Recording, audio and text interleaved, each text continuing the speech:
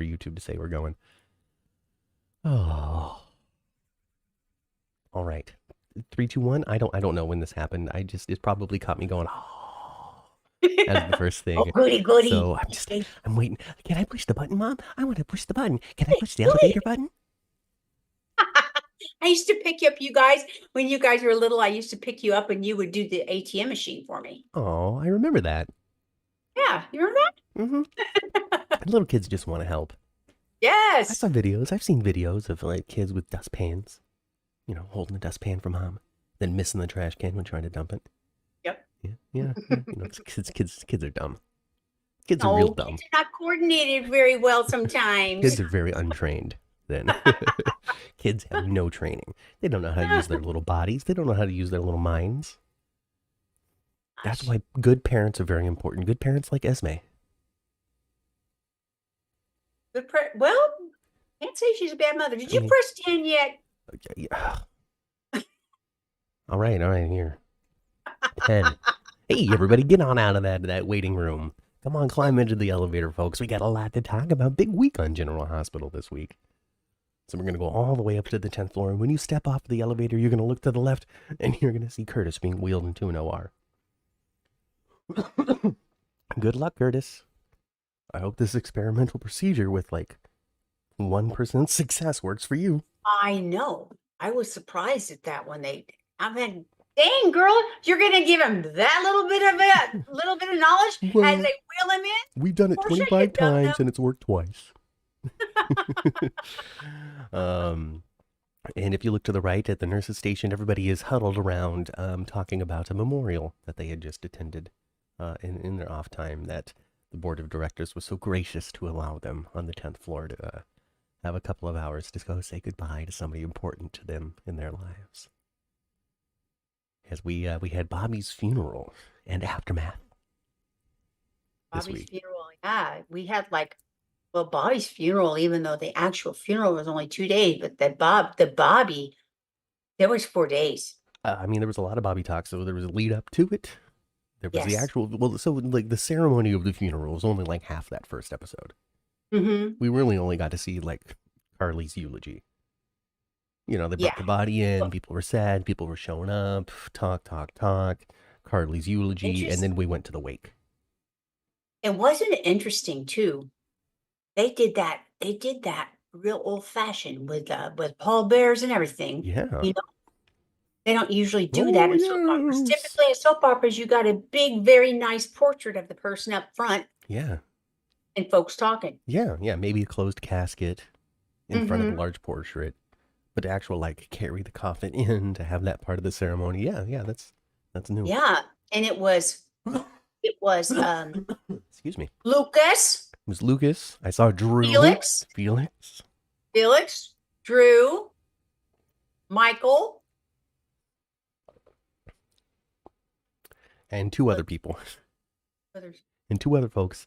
And then a little Wiley was underneath. You just couldn't see him in the shot, but he was holding it from under on the bottom. It's terrible, man. But yeah, no, so they brought the casket in. People Yeah, were sad. They had the standing moment. It was the honor. It was the march. It was the it was. cast, um, you know, offering their farewells to Jackie in I that tell moment. you, I tell you what, Spencer was a pallbearer. it came to all the actors and their portrayal. They were all excellent. But Lynn Herring's pain Yeah. was so genuinely real. To play on-screen enemies but be such close friends in real life is a unique treat for an actor. I To would be think able to so. eat up that rivalry and have so much fun playing it, and then turn that Yes. around and be able to have so much fun with the actor that you are standing opposite stage with. Yes. I would love to be able to just have Lynn Herring on the show to talk about that. I agree. And when we went to when we went to the convention, that was in June. Well, it had only been Jackie had only been past 5, 6 weeks. Yeah, it was like a month. Yeah, like a month when we went to the convention. So, and when Lynn was there, and she talked about her quite a bit. Yeah. And those girls were BFFs. They were ride and die girls. Yeah, I think Those Finola two. Hughes and Lynn Herring both did the Remembering Jackie panel. Yes, and then man, it was very touching. It So, was.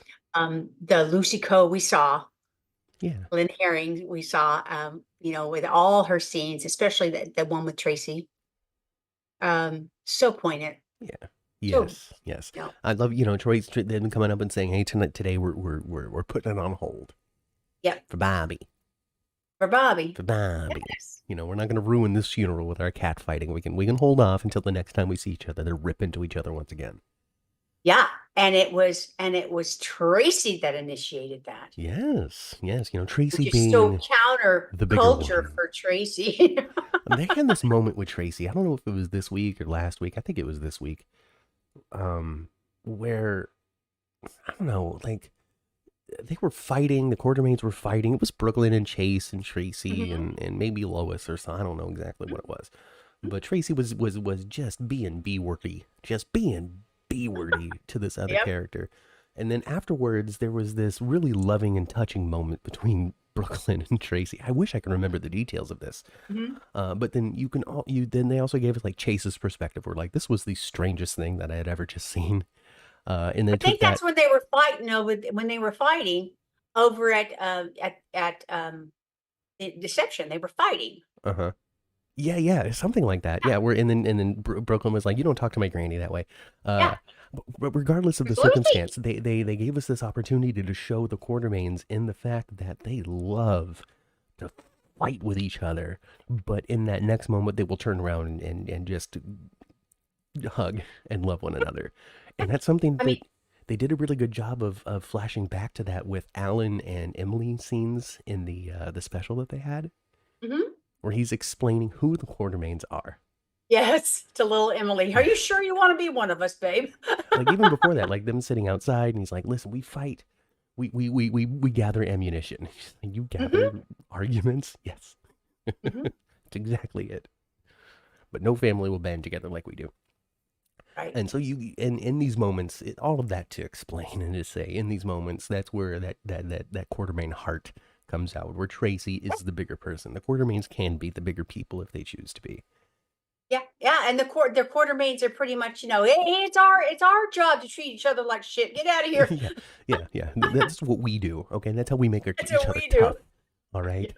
That's how we build up that armor to the outside. Is because if we can take it from our family, we can definitely take it from you. Yeah. And that might have a part of it too. That could have just been Edward's parenting strategy. Listen, if I Good. needle these kids to a point where they have the thickest skin in the world, then they'll be able to do anything. Ooh, it's a strategy. It's an old school strategy, but it's a I mean, strategy. I kinda had that mentality with my little brother at one point, I can it toughen was this like, kid up. "You guys don't touch him, it's my job to kick his ass." You got to keep him fresh for me. I want him in top Yes. form. All right. I can't beat him when he's already injured. That's not a victory. Oh, that won't be any fun at all. I don't know if the audience can notice, Ma, but I have new glasses finally. I saw you They have look new very glasses. similar to my old ones, but they're bigger They're a little bit bigger. and they sit a little lower on my nose, so that's interesting. I got to bump them up somehow. But then I don't like those little new nose boosters. No, they look ugly. They look stupid. So I just need to figure out how to just a little bit. Just a little bit. Those frames are probably just a tad bit wider than your old ones. Maybe. I don't know exactly, but I got them from a cheapo website. So what I can do is like go to the optometrist and be like, these are my glasses. I Mhm. don't want to spend more than $100. Give me something better, similar that fits a little better. Anyway, Good luck with that one. they're sitting on my nose. Kaiwan says, uh, and not looking slightly not, and no, it's not looking slight that something about my nose looking smaller Okay. with these glasses, and I don't know if that's a good thing or a bad thing. One time in high school, somebody said that I had a big bulbous nose, and I think they were just making it up. I don't think I have a big bulbous nose, do you, Mom? It sat with me. Don't have a big It bulbous sat with nose. me, okay, Well, you know what? for decades. I had the same thing, and I know exactly where I was. And you'd have to be a certain generation to even know who this is. But I was like in the 7th grade, and someone told me, "I think Carl Mogden is your uncle." You have the same nose. You know who Anyways, that is? I From the don't. streets of San Francisco. It was a man that had his nose looked like a freaking growth, okay? I know who Gerard Depardieu is.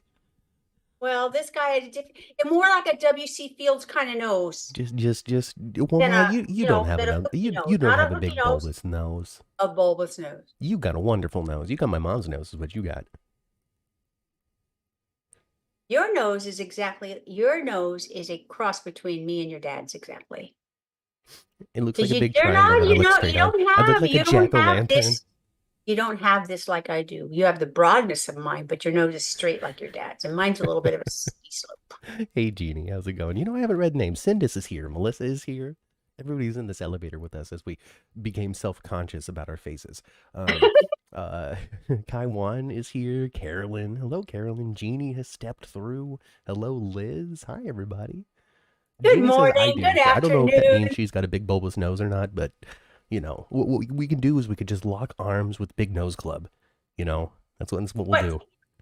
but isn't it interesting though? And it's too bad, but you know, What the people heck can are we say talking about? people say one little thing to you and and you don't forget it. Like being called champ. That's how we related back to the show. All right. So you know, funeral, wonderful. You know, the actual process, the pallbearers, the eulogy that we got from Carly. I even Laura, liked. didn't Laura give that? Didn't Laura gave one too? Maybe I missed it. Maybe I was only paying half attention, or maybe it was her. Maybe I was only listening and I thought I was hearing Carly and I was hearing Laura. I think it was Laura, hun. Okay, well then Laura did it, and also at the same time, Laura Wright and then Laura the character sometimes get blended in my brain for no Me reason. too. For absolutely no reason. Sometimes somebody will say Laura, and I will think they're talking about Carly, and there's no reason for that whatsoever. Me too. And I don't do that with any other character. I don't Yeah. get Laura and Jeannie mixed up, No, not at all. Not at all. but I get Laura and Carly mixed up. It's very strange. It's very, very strange. But it happens to me too. So I was hearing Laura's voice and thinking it was Carly this whole time, like a dum dum. This is what I get for watching soaps and doing dishes at the same time. I need to get a little TV set up in the kitchen like my grandma Lou had. Yeah, she did have that, didn't A she? little white TV just underneath the counter, Yes, right there in the corner. so I can do the dishes and watch all my children. Mm-hmm. Oh man, what a life to have lived in a time with that sort of tech. Now Well, they just now, have TVs on the fridge themselves. yeah, and now most homes, though, like newer homes, something that's, built in the last 20 years, more than likely your television is viewable from your kitchen because of Because great of rooms. the open space Open platform. concept build. Yeah, that's very big. The open concept, Yeah, whereas before, the kitchen was pretty separate from very the living isolated. Or if you had like that bar slot in the kitchen that opened up into the family room, like in Series, room. Yeah, you know, or in yeah, Union City with that half wall that led into the hallway for some reason. yeah, The half wall, not into the dining room. No, no, but into the hallway. yes, Because why not? yes. We used that wall for nothing. No, it was something to lean on when you talk to somebody in the kitchen. Yeah, pretty much. There was no decoration. Maybe Christmas time something went up on it. Well, it was so narrow. There's really nothing you could use And it people for. walked up and down that hallway so much you were bound. We couldn't even keep picture frames on the wall because we would hit them with our shoulders. There's no way we would knock knickknacks off of that thing. My God, what is it that we're talking about this week? I don't know. I We are don't know. I don't like huge week of General Hospital. The Big huge honor of a character that's passed away, an actor that sadly left us. Big moments, memories, flashbacks. We had Lucas coming to town. We had was adult BJ come through, and we are talking about the architecture of a house I grew up in. yeah. Welcome to the Well, 10th floor, folks. it's the old days, Matt. I don't know. So, um, I loved all of Bobbie's stuff. But it was hard. It was a little bit hard for me, and I mentioned this last week because man, it sure made me cry, and it just made me miss my own mother so much. Yeah, yeah. Miss her already so much, but just having that on my screen put Mm-hmm. me back there as well. Put me in my own dream, Mm-hmm. and and then watching them in theirs, Mm-hmm. and watching Laura Wright, Carly. in the grief of her mother. Yes. It was very touching. I thought ABC, General Hospital, I thought Frank did a great job. I Frank really, Valentini, I think Elizabeth Corte is who wrote it, is what Angela was saying to us last week. it Who was is just lovely. long-term historian, writer, kind of a de facto third head writer unofficially for the show, Elizabeth Mhm. Corte. Um, and so yeah, it really was great. And so I enjoyed seeing Lucas. I think Lucas I think he had plenty of time to shine. You know, Well, he he he didn't came have very many spoken words on the show, though, did he? he didn't know. I mean, but what he had to do was important. Yes, And I the agree. whole thing too. So there, of course, anytime GH does something, there's criticism. Lucas didn't do enough of this. There wasn't enough flashbacks of that. This, that, the other. You know what I mean? I think for the most part, there has been more positive reaction than negative. But the negative reaction is out there, and it's worth exploring. Lucas, for example, they brought him in. He didn't do too much, but he did, in my estimation, enough. Because this isn't about Lucas. Right. It's not about, And I well, thought Lucas is back in town. What has he been up to? Who's his boyfriend? What's his life been like? What are his deepest and darkest feelings about these very specific moments that some members of the audience don't remember or never saw? mhm. Um, like that's not what we're going to be spending time on. But I thought that the one conversation, that was at some length at all that he had, what Mhm. I thought it was appropriate that it would be with Felix.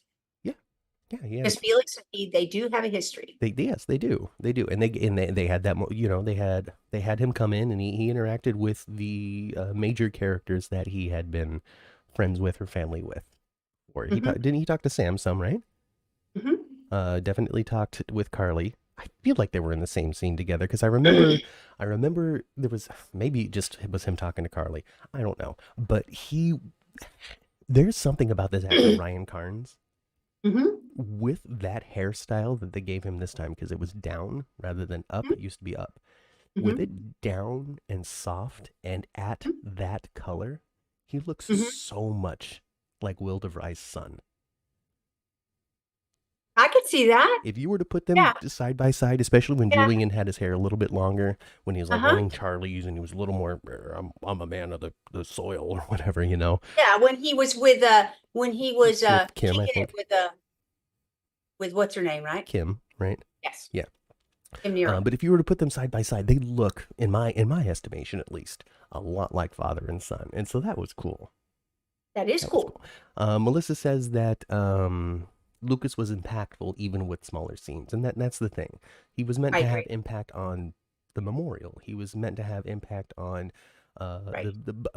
Bobbie's legacy, and his biggest impact, his biggest contribution to the show was where he basically paved the path for the BJ revelation. Because Yes. if it wasn't for him telling the story about being called champ and all that kind of stuff, then that moment at the end really couldn't have happened, because unless you were watching, you wouldn't have Right. known that. Right. Yeah. And that was that when she turned around and said to him, champ, um, boy, there was a realization in his eyes for sure. Yeah. Yeah. I Yeah. don't know where Chandra is. She's just not here this week.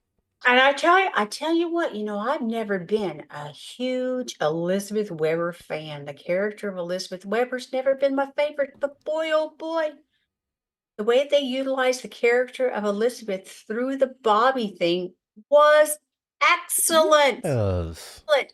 And I, because Bobbie wasn't perfect. No. Bobbie wasn't a perfect person, but she was a caretaker, and she had a gentle side, and she was an advocate of humanity. And I see Elizabeth that way now too.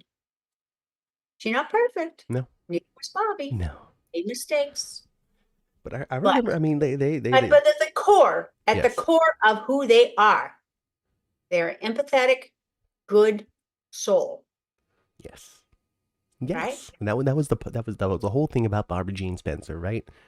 Is that she was good and she was positive, But not a pushover. but not a pushover. Yeah. Mhm. Yeah, yeah.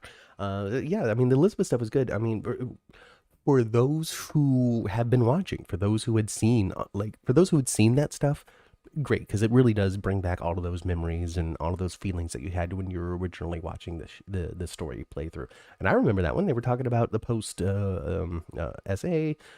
all that kind of stuff, where Bobbie was really there for her to help her pick up her life and put together the pieces. Bobbie was there. Laura was there, big time. Those two women was really Hmm. there to help Elizabeth. I remember that because I was, I don't know, 9 years old or whatever, catching bits of this. Hmm. Yeah, as it played through the summer or whatever reason why I was able to have access to the show at 2 o'clock every day. Hmm. So yeah, I mean, I remember.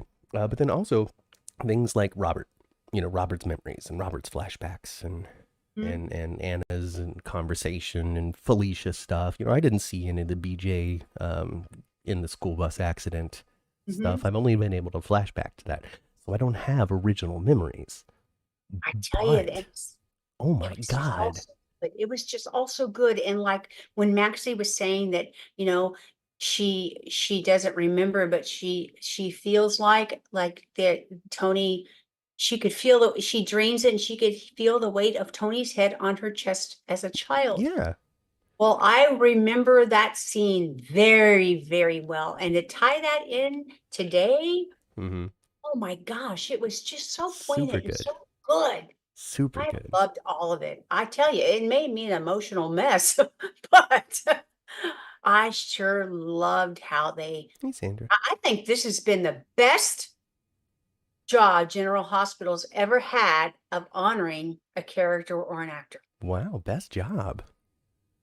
Yeah, I mean, people. It's like some of the detractors. I guess they just wished that it was an unbroken, dedicated to solid, 180 minutes of just speaking about Bobbie. But that's just going to somebody's funeral. That's not good TV. What is good TV is I don't think closing the those, loop on Bobbie Spencer. She yes. came in as a then called teenage prostitute. Yes. And the last thing that we're doing with that character is showing her doing good work in getting people out of that life and redirecting it, um, exploring it in a very minor degree and calling it what it really was: And calling it what it was really was. Yes. major And victimization.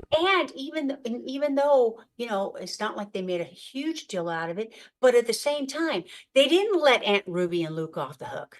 No, They didn't. no, no, no. They didn't drag them through the mud. They didn't spend 20 minutes saying that they were No. evil people for this, and they don't just, it's a very interesting part of the American culture, I guess you could say, that exists today is abject, total cancellation.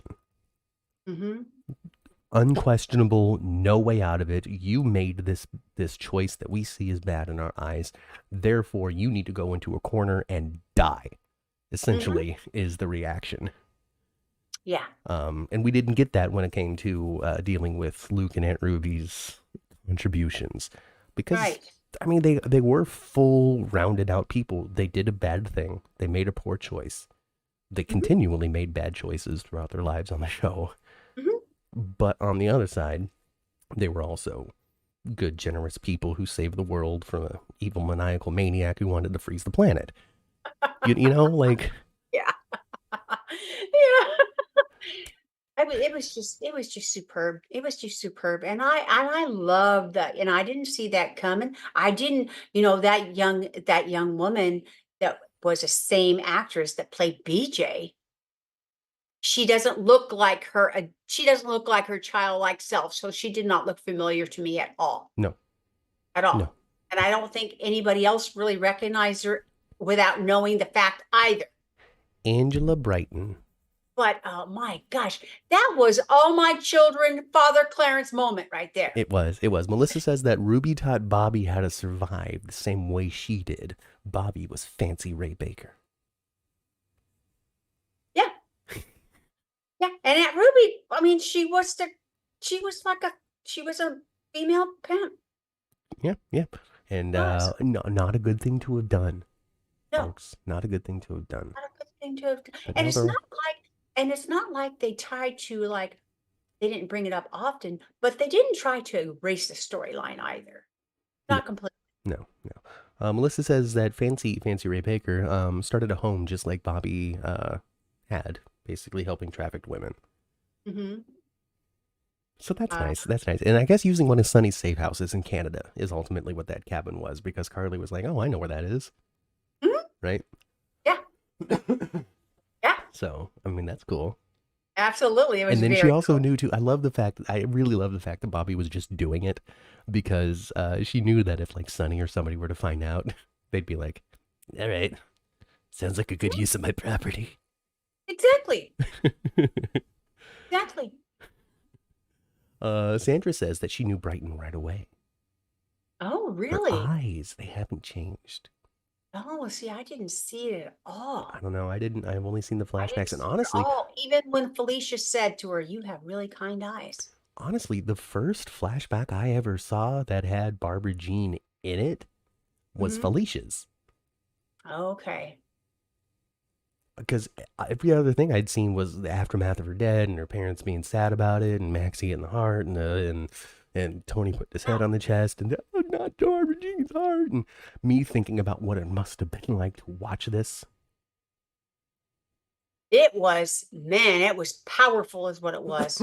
Because we had sick Watching that Maxie, storyline was very powerful. and it was before the internet and deep in-depth conversation and spoilers and all that kind of stuff. And so Mhm. basically you have sick Maxie. You're like, what's going to happen with this poor child? You never expect that there's going to be a bus accident, and then it Oh, does, and it has to have been rapid. There's no way this was spread across 2 weeks. It must have been bus accident. I don't know if this kid's going to die. This kid's going to die. Now our heart's in Maxie.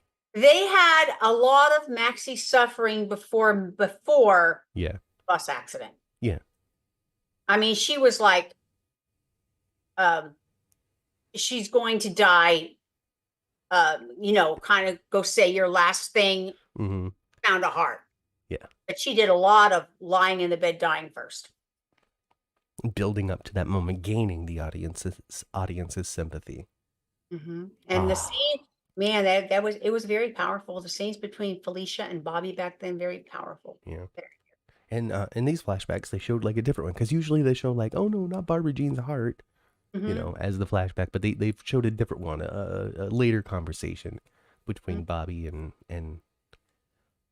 Felicia about it, and just oh, And oh, they really let us know that, they told it was 3 or 4 different times where they show that that's Bobbie, that was BJ the Angel, yes, with the yes, champ yeah, yeah, yeah. So all of and this trying to leading up. and then calling the business and trying to find her. Yeah, so they have a so okay, so to set the stage for anybody who didn't see it, brilliantly and inexpensively. Remember, everything costs $1. Okay, the more people you have in a scene, the more expensive that scene is. Mhm, So instead of having an extended funeral where everybody sits in the pews and everybody has to be there for hours and hours and days after days of watching people go over monologue, they did the mhm, funeral, and then they went this AP route where mhm, BJ the Angel, posing as an AP reporter, basically mhm, talks to the most important people in Bobbie's life to get them to tell her mhm. about Bobbie's earthly acts, about what Yes. she meant to her meant to them, all of that. Uh-huh. And we were able to make it so there was only 3 actors in the scene, 4 actors in the scene at the most, on a set that's always up, or up a lot, at least Up with a lot. Kelly's. Um, so it just And it I can almost made guarantee you production sense. I can almost guarantee you that Kelly's is always put in that same hole. Oh, I'm sure that is Yeah. the Kelly spot. Yeah. And That same so spot on the soundstage. yeah, and so I liked the idea. I liked the idea of them coming in one by one to have their moment where it's not distracted and it's inexpensive and they can do it. And just their moments to monologue, to tell their stories, to lead into their flashbacks. I thought it was a great little structure. That Mhm, was very entertaining, and everybody had their moment. Everybody that was important to Bobbie or had an extended history with Bobbie had their moments. Anybody that was available, I at tell least. you, the most powerful line for me was, and I don't even remember who told her this, was telling it to Carly, that she loved you, and she still does. Yeah. She still does. Powerful. I think that they did a great job of doing that. Who is this Angela Brighton thing? Well enough. Plus, with the 2 days, oh, this was brilliant too because they understand how the internet works. You are being manipulated by Disney because they know you people. Okay, they know you so well. Mm-hmm. First episode didn't have Robert and Anna in it, and so people had a conniption fit. They were the first scene of the second episode Yeah, they were, because huh? they knew that people were going to be like, "Where were they?" And then they gave it to them right away with a little wink, telling you to shut up. On that too, we had 2 days of Angela Brighton, so that was enough time for people to look up who this person is or recognize her eyes and Yeah, say I never that's did. BJ. Yeah. If you went on Twitter, you knew that people were like that's BJ, that's the actor who plays BJ, because people were like, how come BJ wasn't a part of this? Not realizing Yeah. that we're having a whole second episode dedicated to what's going Yeah. on. Why wasn't a I BJ a was. part of this? Was the question. The Hmm. answer was she is. That's that AP reporter who told them about the human trafficking. That's the actress who played Barbara Jean. Wow. Oh, wow, Yeah. that's good. Oh, great. Oh, I'm glad that they included her in some way. I wish she played BJ, though. You know what I would have done? They said I would have made her the angel of BJ. And lo Mm. and behold, the next episode, we get all of that. Yeah. They playing you, Twitter. They playing you. Oh, it was good. It was So good. yeah, we get all that, and then finally the champ. And I also saw somebody comment. I don't understand. I don't understand how they realized it was BJ. How did Mm-hmm. Maxie know? How did Felicia know? Mm-hmm. And my answer to them was when she said champ, she fluttered off back to heaven and touched their little hearts on the way. I think so. It was so good. It really was. It really was. Like, to lead up Was. to that champ, Ryan Carnes, excellent, and just home run with his realization, Mm-hmm. his just absolute stopping, and like by the time he looks, she's gone. Yeah. Then we get over to Maxie and Felicia, which I didn't expect. I thought we were just gonna have that quick little Mm-hmm. moment, Mm-hmm. but really like Christina Wagner. I know that you sometimes have issues when it comes to like her high pitched kind of baby talk a little bit, I tell you but what, though. she is my God. Oh, She I crawled agree. into my heart. I agree with you. Okay.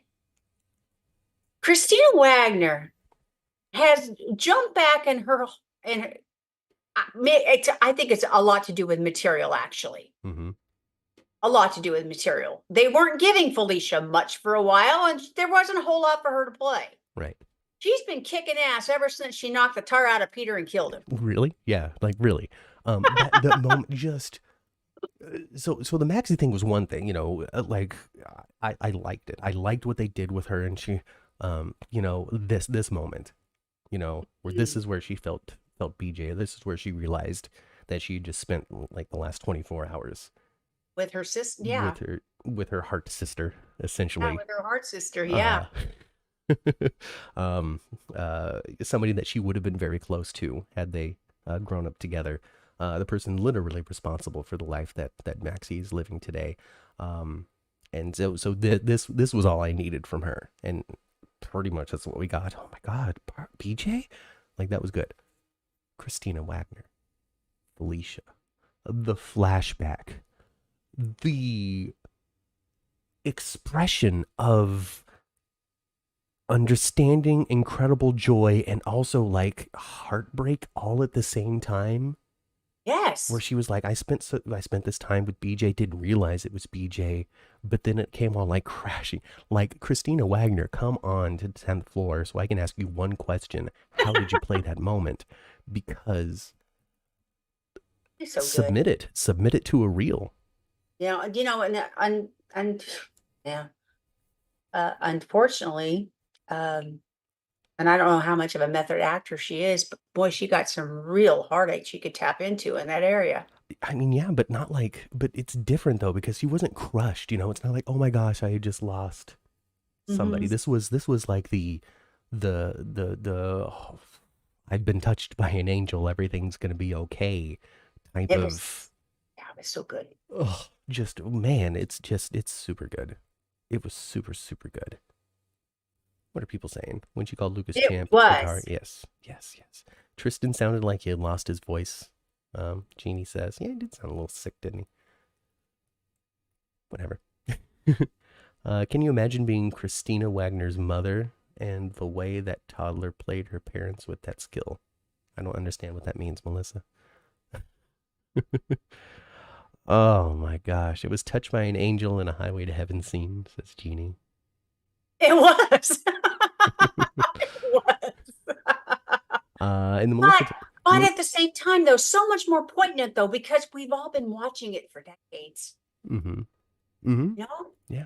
Yeah. And then Melissa brings up the Alicia Carly little mini adventure that they go on. Mhm. Um, so Which didn't last nearly as long as I thought it would. they weren't going for long. Oh, they were Clearly, right back in town real quick. they were going for let's contain this. Yes. Let us do this in these episodes that we've allotted. We don't. I mean, when it comes down to it, they sort of had to insert this into the schedule. You know. And I thought it was beautifully written that they had Carly go finish what her mother had started Mm-hmm. with this one particular woman that Yeah. was hiding. Yeah. To have her go and just finish it. Oh, just so great. Yeah. No, people, there were some questions as to whether or not this was too Carly focused. I found it to not be Carly focused at all. Carly might have been the vehicle that we were following. She might have been the eyes and the voice and the point of view of the audience. Seeing the story through her eyes. But this Yes. wasn't about her. This was about Bobbie. Every moment of those two episodes was about Bobbie, not Yes. about Carly. This isn't about Carly doing such a good thing and being an angel and going there and saving somebody who desperately needs it. That's not what that was. No, it's not. That was No. that was BJ basically coming down to earth to make sure that this person went home. Yes. This was BJ It was beautiful.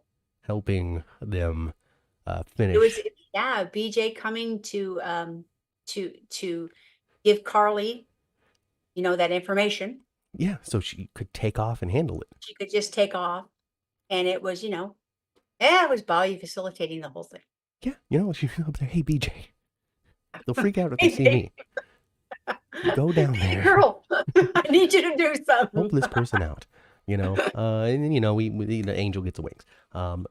Gorgeous, gorgeous, gorgeous. But that's not the only thing that happened. No, that's not the, oh my gosh, Okay. no, that wasn't the only thing that No. happened. Okay, we've got innocent mothers going to prison. Mm-hmm. Somebody who's never done anything to anybody ever. And Esme Prince never harmed a hair on another person's head, being ushered off to the gulag for breaking and entering. Oh, you know what, Matt, what I'm not going to get? And I said this last week, and after this week, oh, I don't think it's going to be true any longer. I always said, I'm going to feel the same, but I always said that dang Esme better leave Grandma Laura alone. And I think she got Grandma Laura in her crosshairs now. So here's the thing. I think she does. So as they were taking Esme away after her confession and Ava pressing charges, she was going, I did the right thing. I did the right thing. I did the right thing as they pulled her off. Because for the first time in Esme's terrible, sad, little broken life, she actually tried to do the right thing. This was her taking Laura's advice to heart. This wasn't her saying, well, let me cover my butt. Let me do let me try to get. And this is truly Esme doing the right thing, because when she made the decision to do the right thing, she had all her memories. Exactly. And so she was actually really taking what Laura said to heart. And she was really putting to test the experience of being a good person. I had been being a good person. I haven't done anything wrong since I lost my memory. I have it back now, but they don't know that. Laura says that if I confess, everything will be okay. Mm-hmm. Let me go do that and see how it works out.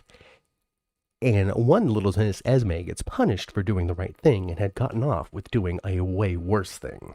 Mm-hmm. And that is not going to help her continue to make the right choice. No. It's going to make her lean right into her. She got a devil and an angel on each shoulder already, as soon as she remembered anything. She got Heather here and she got Laura there. Yes. And Laura was very surprised with the outcome of what happened. Yeah, yeah, yeah. She's working, but She she's also truly like, "What are you believed doing, Ava? Pull it back!" Da, da, da, da. what she told Esme, that doing the right thing and this is what's going. She really believed that was going to be what happened to Esme.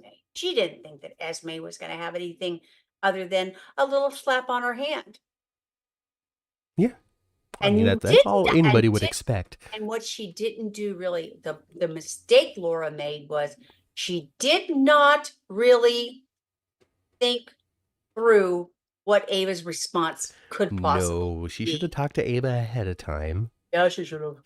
Hindsight is 2020. And if you're in a situation where you're basically acting as somebody's lawyer, you know that you never ask a question you don't already know the answer to. Mm-hmm. So, if you don't know exactly how Ava's going to respond, and it Mm-hmm. kind of all lies in her hands, then yeah, you gotta do a little more pre-work than to just assume that somebody's gonna be like, yeah, you broke in, nothing happened, nothing's wrong, whatever. Yeah. But she Now, also didn't bank, who would have expected that? I think Ava's response partially was because of Nicholas. You know, I think that was partially her response is partially because, she was telling Nicholas, tell us, say thank you. Yeah, yeah. Because she thinks, putting him in jail is what Nicholas would want. Yeah, so here's the question on that.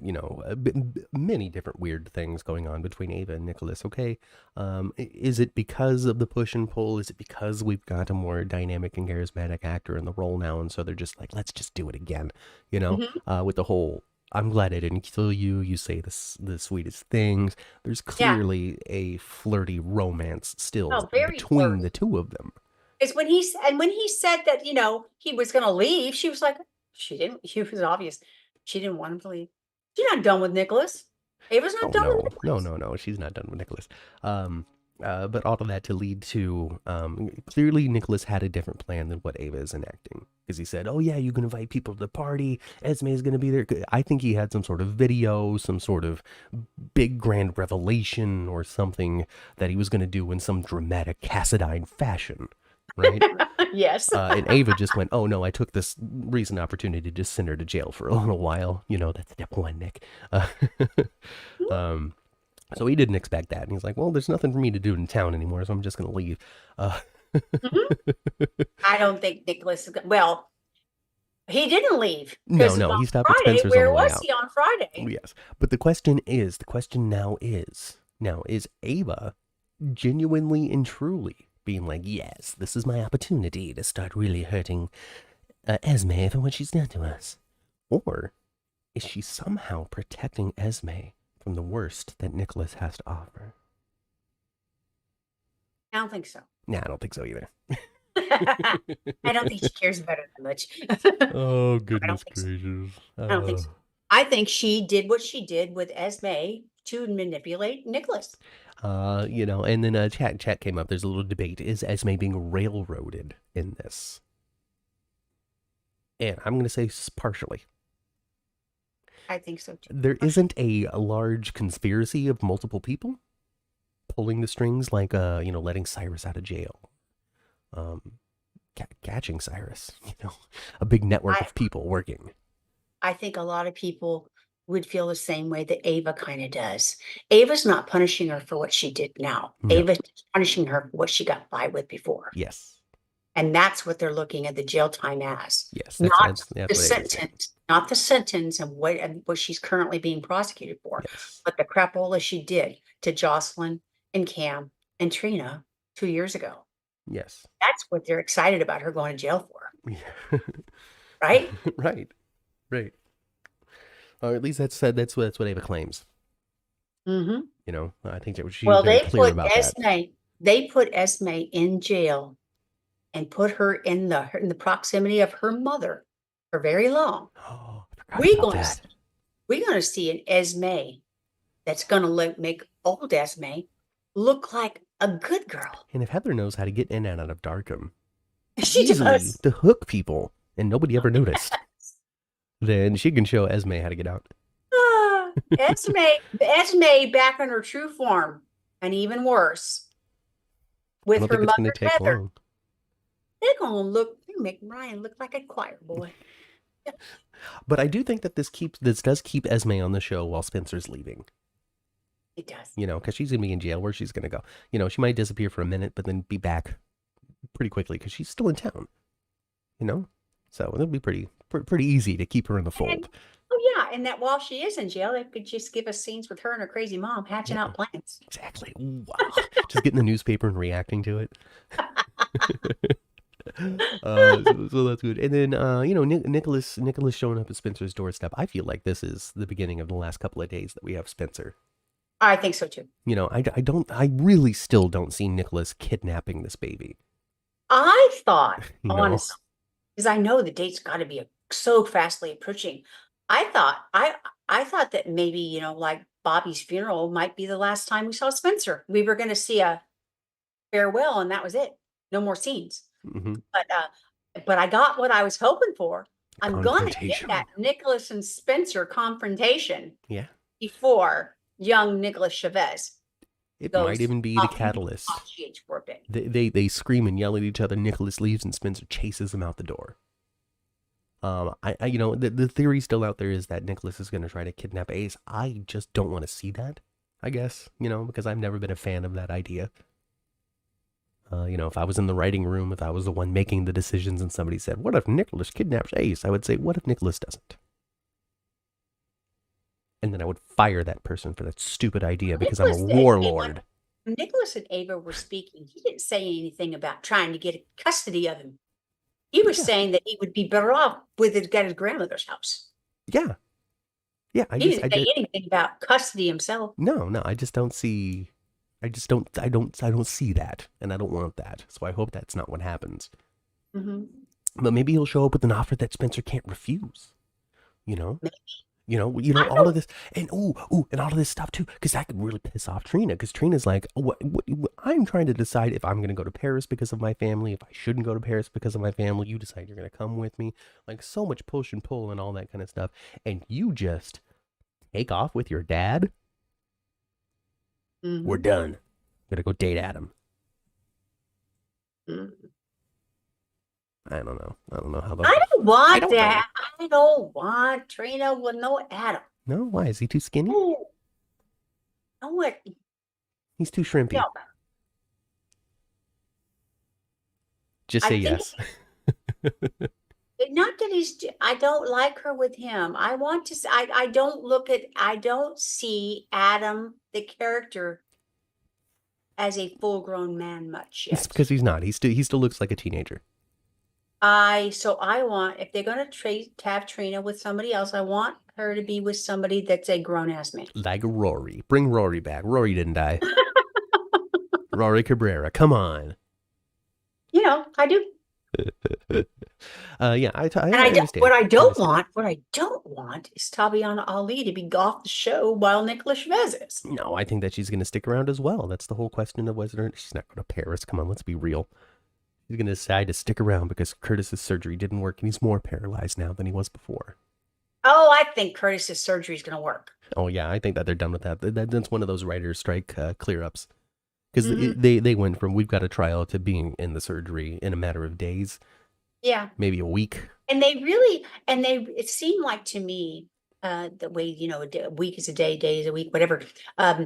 They just took, there was Christmas decorations on the show last week. It was still New Year's Eve, pretty much. Yes. Now that's gone. Now, suddenly, it's clearly well into, We also have to keep in mind that in one episode, we had two characters go to Europe, figure out the whole thing, come to Canada, figure out that whole thing, come back to the United States, close out that whole thing. And while we as viewers on this television show that's only 30 some odd minutes long, it went scene, because they didn't have time to show them on a plane and all that kind of stuff.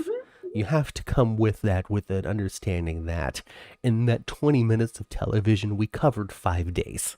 Yes. 6 days, 7 days. So General Hospital kind of caught up with the current date for real. Through that, we could use that. If people are looking for like a logical flow of time, you can take that into consideration. If you are watching a soap and expecting a logical flow of time, I've got news for you. you're going to be disappointed for Sure quite a will. while. Because if we even take a look at just like, Jake. No, Jake's a bad example because he's been that same little boy for a long time. Aiden. Aiden should be like 6 Yeah. or 10. Aiden went to from Hey, Tyrone. he little Aiden went from little 6. tiny baby teeth still Yeah. to 6 foot tall. Yeah, he's taller than his mommy, isn't he? Aiden is taller than Rebecca Herbst. But Yes. then Rebecca Herbst is not a giant woman. No, she's not. No, she's And not. we saw her for real Yes. about a month ago. All right, so Jason Watch 2024 is on. So far, into the year 2024, we've seen Jason Morgan one time, but he wasn't really Jason Morgan. He was Steve Burton saying that he's going to be Jason Morgan. And that was on Yes, last week's special. it was. So this week, no Jason Morgan. None No, whatsoever. Now, people expected this adventure in Amsterdam to last a little longer, and people were theorizing that that's how they're going to find Jason. that's what I was theorizing. But we only lasted a moment. No, they went to Amsterdam, took care of business, came right back home. What I do hope going forward is they kind of keep this Felicia Carly friendship. It was different. I think that it was great that they put a little spotlight on that too, and they had a conversation about how we've never really bonded. Yeah. Because of no real reason, I guess. Well, to me, Carly, over the decades, the real reason why is Carly's always been so knee deep in her own garbage. We also have to remember too that Felicia was like a character that was on for at least, like 10 or 12 years or something like that by the time Carly had even come around. So she had her own drama and her own connections and her own part of town, essentially. Because Carly came in 90s mafia, AJ, younger crowd. Yes. While she was with the more seasoned people who have had these long-term connections. Well, sure. Felicia had already been the Aztec princess for a long time by the time Carly came up. Right? Yeah. All kinds of 80s capers and stuff had happened Yes. by the time Carly had come around. Yes. But yeah, I mean, they talked about Tony Jones and Carly coming in and completely wrecking her best friend's life. Like the first thing that she did in town. And that just set a course of distance. Yep. Between the two characters. And I liked that. I liked that point of view and perspective. And yeah, they work well together. Yeah. And that's a that's a dynamic that is largely unexplored and could be new territory for the show to get into. Felicia and Bobbie. Or Felicia and Carly. See, look at me. And of course, Ma, we haven't talked about it yet. But this is now an antique. I know. A collector's item. Because just like we told them to do in May, when Jackie Zeman passed away, we told them to rename Kelly's Bobbies, and that's what we got. That's what we got. So you're welcome, GH fans. You're welcome. Yeah. They were like, ooh, what if we should change the set? And we were like, don't. Mom did. Mom was like, change it. Change everything about it. And then put it back. And I said, no, leave it alone. Mm-hmm. And they did leave it alone. Left it alone. Very subtle changes. I mean, the flowers on the table and the jukebox being gone is not a change. Okay, so we went on that tour on the last GH convention. We went on the tour and Kelly's was set up. It was wonderful. We got some pictures. Check them out on Twitter at 10th Floor GH. So we got to experience that, and in that they were talking about the menus that were plastered on the wall, and the burger was like $4.99 or something like that, and they're like, man, it's been a while since we've updated this set. Let me tell you, yuck. Look at that, yuck. Hey, Matt, the props guy, yuck. Wanted to get on updating that sign, huh?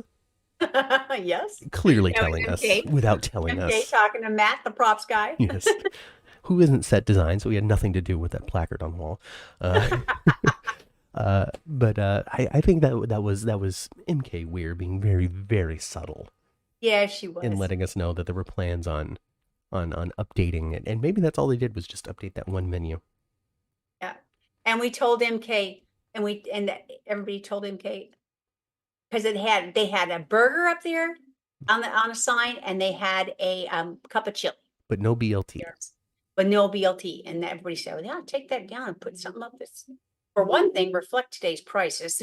Yes. And take that bowl of chili down, put up a BLT sign. Yeah, oh, yes. We'll have to, and the next time we have the opportunity to explore the set, hopefully they have Kelly's up and we can take a look at the differences. But it won't be Kelly's, will it? It would be Bobbie's. It would be Bobbie's. Bobbie's. And so I got to correct that language as much as I possibly can. And so I saw all of this. So I didn't watch, I watched the special like yesterday. Okay. So it took me a long time to get to it. Super fun. Enjoyed it. I thought it was fine. I thought it was enjoyable. I think that they were super clear when they were like, oh, this is 60 years of stories and celebrities. You know, it's not like they were like, this is 60 years of the tiny, intimate moments that you specifically loved. You know, it's not what they were going for. No. There was more John Stamos on it than I expected. Me too. And I don't know if he put that up just for the fact he was doing a GH special or if that's always a part of his room.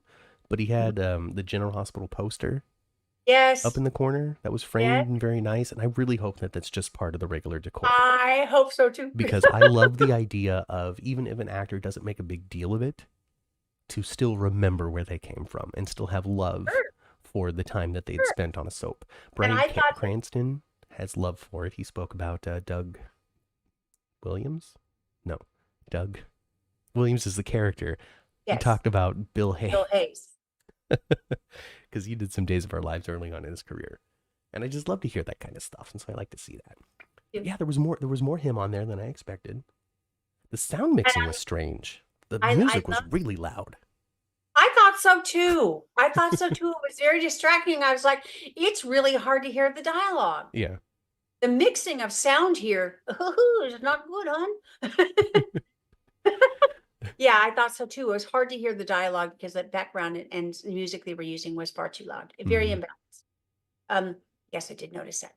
But I loved John Stamos' story about Sammy Davis. Yeah, Sammy Davis Jr. helping him play the drums. Yeah, and he's just kind of like, yeah, what's but he's right, like Sammy Davis. What were they going to do with Sammy Davis if he just went off the rail? Cut. Sammy, what are you doing? That's Sammy Davis. They're not going to do nothing but flow with it. I loved it. Oh goodness. Well, Kaiwan says he's always loved the music in General Hospital over the years with his good power punk, pop bands, all kinds of different just music has been a part of General Hospital's identity. Is what he's trying to say. And that's one of his favorite aspects, and I like it too. I like how you can get a random song here and there. I think that the Nurses Ball is super cheesy, goofy, and they just kind of force people to be uncomfortable in it, which is, I think, part of the point. I don't think this is supposed to be, hey, look at our high-end, high-produced musical numbers. I think this is supposed to be as close to community theater on a soap as we're getting. I think it's intentionally kind of goofy. I think so too. And I think the red carpet is supposed to be goofball too. Yeah, like a parody of a red carpet. We recognize that we're doing too much for this. We know it's tongue in cheek, you know. But then you get the real moments of like real music when like a band comes through, Fido plays his song, or they give William Lipton his guitar, or any reason to have like a real musical moment. It can be pretty good. It can be. You know, so I get it. Let's see, what else is they talking about here? Bill Hayes. I got to watch a special. Good, Bosaline. Good. Watch it again. Matt and Kat, they did the tribute to Bobbie. Amazing, but I think the anniversary was disappointing. I don't really know what anniversary you're talking about. You're talking about the anniversary from earlier this week? I was talking about the special itself. Oh, okay. Hey, you know, I mean, I guess it's what you wanted to get from it. If you didn't want to remember all of the celebrities that came through, you're going to be disappointed. But yeah, and you know what? You're not the first person I've heard that didn't think that they hit it out the park with the special. Not everybody felt the same. But I thought that it was, if you know, taking a step back from being like a podcaster and somebody that's deep into the soap fandom, but if I were to watch this from like a perspective of somebody that's tangentially like, oh, I've heard of General Hospital, I've got nothing to do tonight, I like The Golden Bachelor, we're just going to leave this on. I thought that the presentation was really good. I think that they picked really good faces to be the hosts throughout, you know. You had Laura Wright, of course, who is, you know, one of the faces of the show. You know, if you're going to throw up a poster of General Hospital, chances are Carly and Sonny and a third person will be on it, you know. So I think that Absolutely. they picked really good with that. I like to see how they also gave like Tanisha Harper a moment to be like, and here's this flashback. Mhm. Um, the thing at the end when Jeannie Francis was doing the toast and they had the whole contracted cast there, Yes. that was really good. Yeah, and the But as fact that they somebody, had her toast, it was perfect. Donna Mills, there you go. Yes, Donna Mills, says Melissa. Um, so if you were to take it from like a casual understand, like I know what GH is, this is just on. I feel like they did a really good job of being able to like pull in people who don't know it, who don't know it as well as we do. They People kept that it don't going. people that don't have wouldn't necessarily have a emotional response to watching it. Yeah. It was done well for them, you know, because if it would have been way more pinpointed, Mm-hmm. no, I think people would have clicked off because it wouldn't Yeah. have been relative to Because I them. don't, if you're not a avid soap watcher, you don't want to watch a soap. It has such a weird negative connotation to it that if you Mhm, can't get past that weird negative connotation and be able to appreciate it for what it is, it's a huge barrier. mhm, A huge barrier. You don't want people, like, no matter how old you are, you kind of don't want to experience people who are like, so, oh, how weird. Also, at the mhm. same time, too, it's kind of baked into your mind that it's not going to be good. It's not worth your time. It's not well done, which we know it kind of is well done, Mhm. you know? So that's what this special was for. And they kept it going. They kept it punchy. They kept on bringing in new faces. Nothing was longer than 5 minutes. Flashback that they showed wasn't oh my god, Barbara Jean, your heart is in my daughter, which people who don't know these characters don't have the same connection with. Perfectly great, perfectly great special. I'd Mhm. be interested in watching. And if I were to click on GH after that, I had a week of amazing content. Mhm. 2 weeks of amazing content now. Mhm. Man, I hope they keep on riding that train because boy, it sure has been good. And yes, the Ken Trainer, he just can't do a scene, is what it is. It's good business. It's good. Turn off the light. It's good business. Oh, but I'm sure what we don't have time for it, right? All right, let's just move on. I love Kid Strider. He's such an old coot now. I love him. Oh He's an old man, coot now, babe. case closed. And then you had Mara West sitting behind him. It is good business. Like it's good. I really appreciate it in the bloopers, in the little outtakes that they showed. It wasn't just like the last 6 months or that last reel they had showed us at the convention. Like Right. they reached back a little bit. They did. They picked some good ones. Remember, I told you it wasn't what we'd already seen. Yeah, you did. You did. You did. I tell you, I'm changing the subject a little bit now, but I tell you, this was the line that I loved this week. Okay, this is the line I love this week. Hey, boss, you want me to scare him a little? Yeah. What'd he say, Matt? I want you to scare him to death. Yeah. You scare him to death. The old kill a guy initiation, old Dex Heller. It was like, you want to be part of the You do this for me, and yeah, not only are you in for life, we got you back yes, forever. forever. Forever. Forever. You don't want for nothing. It's interesting because up until like he has been your right hand man. He has been there for phone calls for Pikeman, da da da da da da. And now you get to kill a guy to really be in. Is like, where was this 2 years ago, Sonny? Like, You have to have two things happen to you to be part of the organization for life. I've got to put you up on a meat hook, and you got to kill somebody. I Bob. gotta torture you, and you gotta kill for me. And then you're gonna be taken care of for life. He's not already being well taken care of. Oof. I mean, it's interesting because this I mean, this does he get now? He gets a stocking on the hearth next time. now you're in the family. You're Corinthos. You're Dex Corinthos. Stay away from my daughter. She's your sister now. You know. um. So it's interesting, and when you come down to it, we're talking about Dex, who didn't join the mafia because he's a bad guy. He didn't. He joined the mafia because he's a good guy that was looking to take out the mafia. He was hired by Michael to He was. essentially rat on Sonny and send him to jail because Dex felt it was the right thing to do to take such a dangerous criminal off the streets. Yeah, and Sonny still does not know that tidbit of Not information. really. No. I don't think he's. I think that he might have been. He's been told that Michael did Pikeman footage, but I don't think he was told that Dex was involved in that. Mm-mm. So He doesn't know that Dex was hired by Michael from the onset. right, I don't think he knows that. Doesn't know that. No, and so I think if he finds that, if he happens to kill Cyrus for him, which I don't think he will, if he, or even, I mean, gosh, if Sonny found out that kind of information after the fact, I guess he would burn his stocking. yeah, I think so. Yeah, to the family. Takes his Christmas ornament off the Corinthos family Christmas tree and shatters it in the fireplace. Rather than a highball glass, he just, yeah, son of a bitch. Oh, goodness.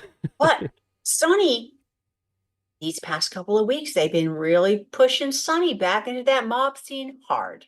They have been. So he's pushing Dex to kill the guy. I don't think Dex is going to do it. I don't, because he didn't. This isn't. I don't think this is really him. As much as he might be enticed by the money, I'm not a choir boy, Jocelyn. He's paying me well for this. I just don't think that he is that guy. He's not stone cold material. Right. And you can see him, he's looking for pretty much any avenue to not. And he's right, too. Killing Cyrus now is dumb. It is. The obvious there, Sonny. Somebody on Twitter, actually, this is interesting, Mom. This might actually be a little preview, a little spoiler alert or something. I don't know. Because somebody on Twitter was like, Sonny is really starting to act like somebody who is not on his meds. And Maurice Bernard retweeted it. Oh. Maybe that's a little foretelling. Maybe somebody has been messing with his lithium bottle.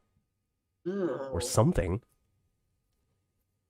Ms. Wu? Well, that's an Ava kind of thing, but I don't think Ava would do that again. No. And she doesn't have a reason to currently.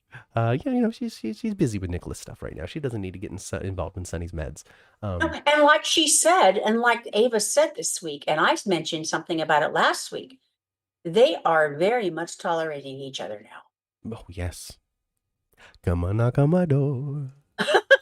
We've been waiting for you. What's hers is the Three's Company too. We need a special. We just need an hour-long special of just them three in the penthouse.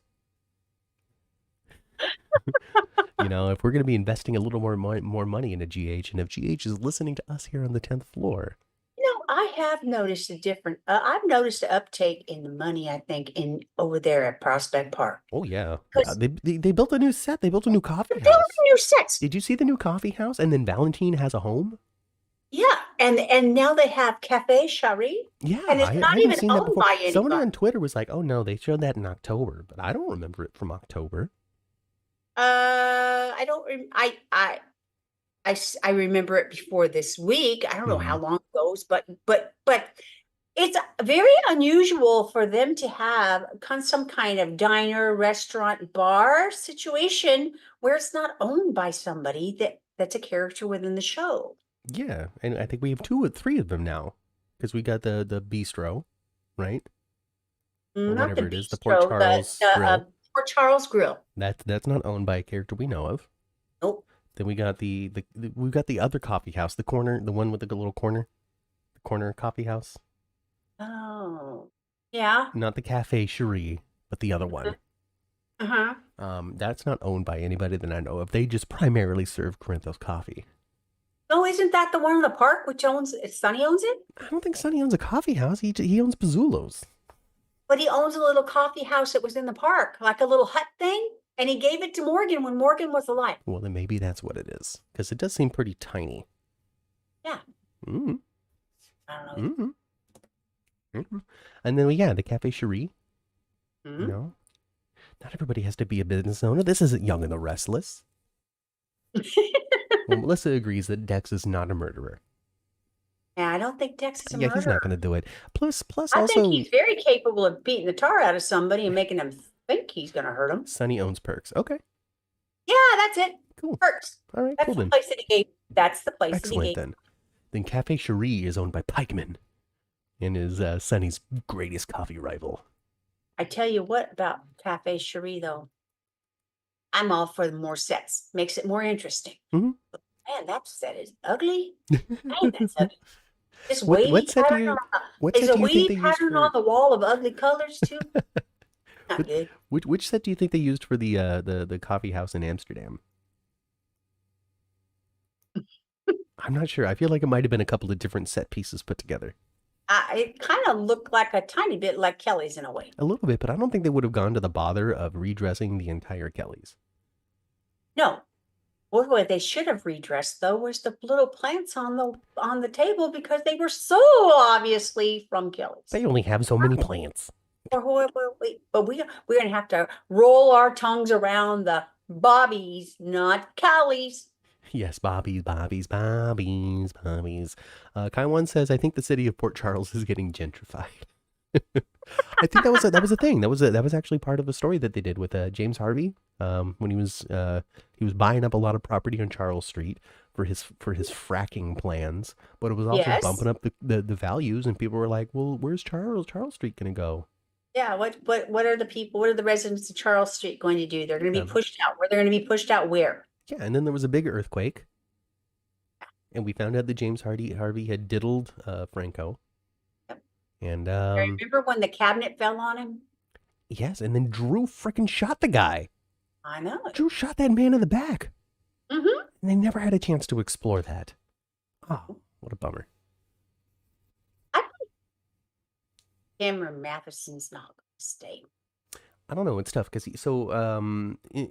he's an in-demand actor. There is no denying that he is an in-demand actor, and he is somebody that draws an audience. Whether or not you like Drew, whether you call him Drewfus, you know, which is a I heard great Drewfus. nickname. That is a good nickname. You know, whether or not this is just too much for you, there are millions of people that love to see it. Yes. The Emmys submission was Holly stuff, Drew and Carly stuff, and that won him an award. Right. So, you know, like it or don't, it's on. But because he's so in demand, that also means that he's in demand and has a limited schedule. We've already seen him have to leave twice in pretty rapid succession. Yes. And he signed that deal with Great American Family. Yes, he did. Which, you know, I don't really know what sort of money is being offered, but we also learned that actors are poor. So, you know, you kind of got to take the projects that are offered, right? Oh yeah, unless you get unless you get to a certain kind of level, which most actors aren't there. No, but you know, when it No, comes to yeah, like, we've kind of learned a little bit over the years to pull back the curtain a little bit, as we have been able to do. Most folks aren't as rich as we might have thought. no, you know, they might be making a strong 100K. Yeah, I mean, they're making a living, they're all right, but they don't have unlimited frivolous spending. No, And they live in a very, very expensive environment. they're pretty much required to continue to work. Otherwise, they will very quickly run out of money. You know, it's nice to work because when you work, yeah, you might have you got a good pocket.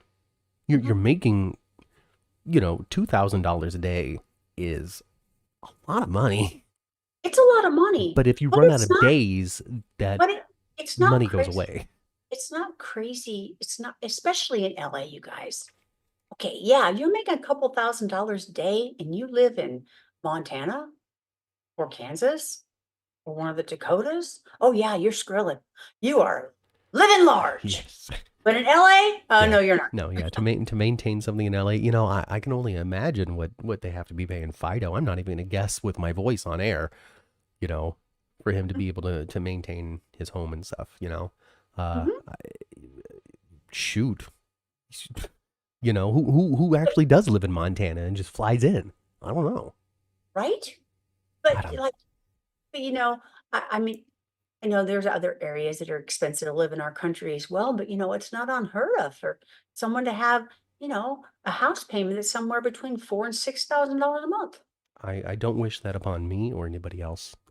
But it's Uh, very common. make a good deal with your home purchasing if you Yeah. can.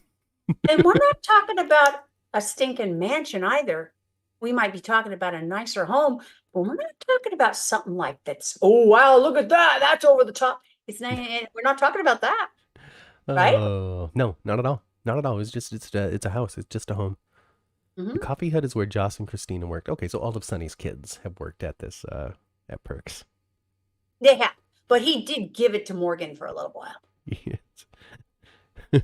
Taiwan, don't you live in South Africa or something? What do you care about U.S. politics for? Move on. Oh, dude, US politics are a little embarrassing. Yeah, let's move on. I think the city of Port Charles is getting. Oh, I already read that one. Oh goodness, they're trying to turn them. I don't think Cameron will stay. Is what Carolyn says. She also I sees don't think Cameron so either, Matheson is Carolyn. maybe on the way out. All of that to say, before we find ourselves in tangents as we always do, he's very busy. It's entirely possible that he just won't have the time that GH wants him to have the time for. This is what I don't want them to do with the Cameron. Don't put him on a back burner because Steve Burton's back in the building. Don't put him on the back burner, and don't have the 10th floor doors just close on him and be done. Don't do that to him, No. please. I don't think that he's going to be going anywhere like we're writing the character off. I think what we're Yeah. going to get is maybe a Stella type scheduling where he'll come in and he'll do some stuff for a few weeks and then something will pull him away or he'll just disappear. He'll come back into town, he's got a business to run or whatever. I agree. I agree. I want that. I would like to see them do that and lean into if they do that with him, where he's kind of recurring in clumps of time, make him lean into him being a quartermain. Yeah. Yeah. Well, I And mean, I think they're kind of doing that already So they in a keep on. way. Angela last week kept on talking about PTSD, PTSD, PTSD, PTSD. Listen, she might be more connected into where the story is going than I do. I don't know. Mhm. I don't. Why now would he have PTSD of all things that he's gone through? Now he's suffering from it. That doesn't make a whole lot of sense to me. Mhm. Um, I'm fine with him deciding that yes, I had been the choir boy for the family, and that's the role that I fell into, and that's not really me. That's not the Drew that we know. Mm-mm. And he comes back and he's this thing, and now I don't want to be this thing anymore. Now Mhm. I want my daughter to go to the school that I know is going to be best for her. I Mhm. don't really care how she feels about it. This is going to be good for her in the long run. She could be a little bit mad at me now, but Mhm. it's going to help her more than Yeah. hurt her. And I get it. I get it. But yeah, he'll have to be more Quartermain that way. That's definitely what we're seeing. And he and Mhm. Carly have to split up because you can't be Carly's part-time boyfriend. No, you can't be Carly's part-time boyfriend, and especially if you got Jason back in town. Well, I think Yeah. she might drop you like a hot potato Well, anyway. with Jason coming back into town, that is going to there's going to be plenty of people out there that are going to be unhappy that Jason is back and is taking up so much time that other people deserve. Oh, sure. you There know. were people unhappy about it the last time Steve Burton returned. But that also means, though, that we're going to be getting some more exciting new possibility for some story. We're not what we got. What we've proven is that Carly and Sonny are great friends, and they are not going to get back together, folks. I don't I see. don't think they're going to get back together, but having Sonny go into Bobbie's and be at the door of Bobbie's and having Sam, oh, I'm going to leave you alone, and having him come in. It was beautifully done Mhm. actually, and yes, they did seem like two people that had some genuine love for each other, but were not in love anymore, but genuine love with each other, and some real regard for one another. I I think thought it was beautiful. I think that they might actually be at the point now where they can have that conversation where they say, you know, we love each other so much, but we ain't good together, baby. There you You go. know, they can maybe have Yeah. that Yeah. conversation finally. It'll Come be at on, the end dude. of this thing. Sonny might get jealous of Jason. Mhm. Carly's not like Jason died with Carly still loving him. Mhm. You know, she's lost so much. He's gonna come back to a different landscape. What do you mean Yes. Bobbie's gone? What do you mean Austin dead? So is Franco. Mm-hmm. Yeah. You know? Yeah. Yeah. What do you But mean you and Sonny split up and he's with Nina? of Nina? all, and I think he and Nina are not done. What do you mean Drew is back? Oh yeah, I ran into him before. I got I got collapsed. What do you And mean?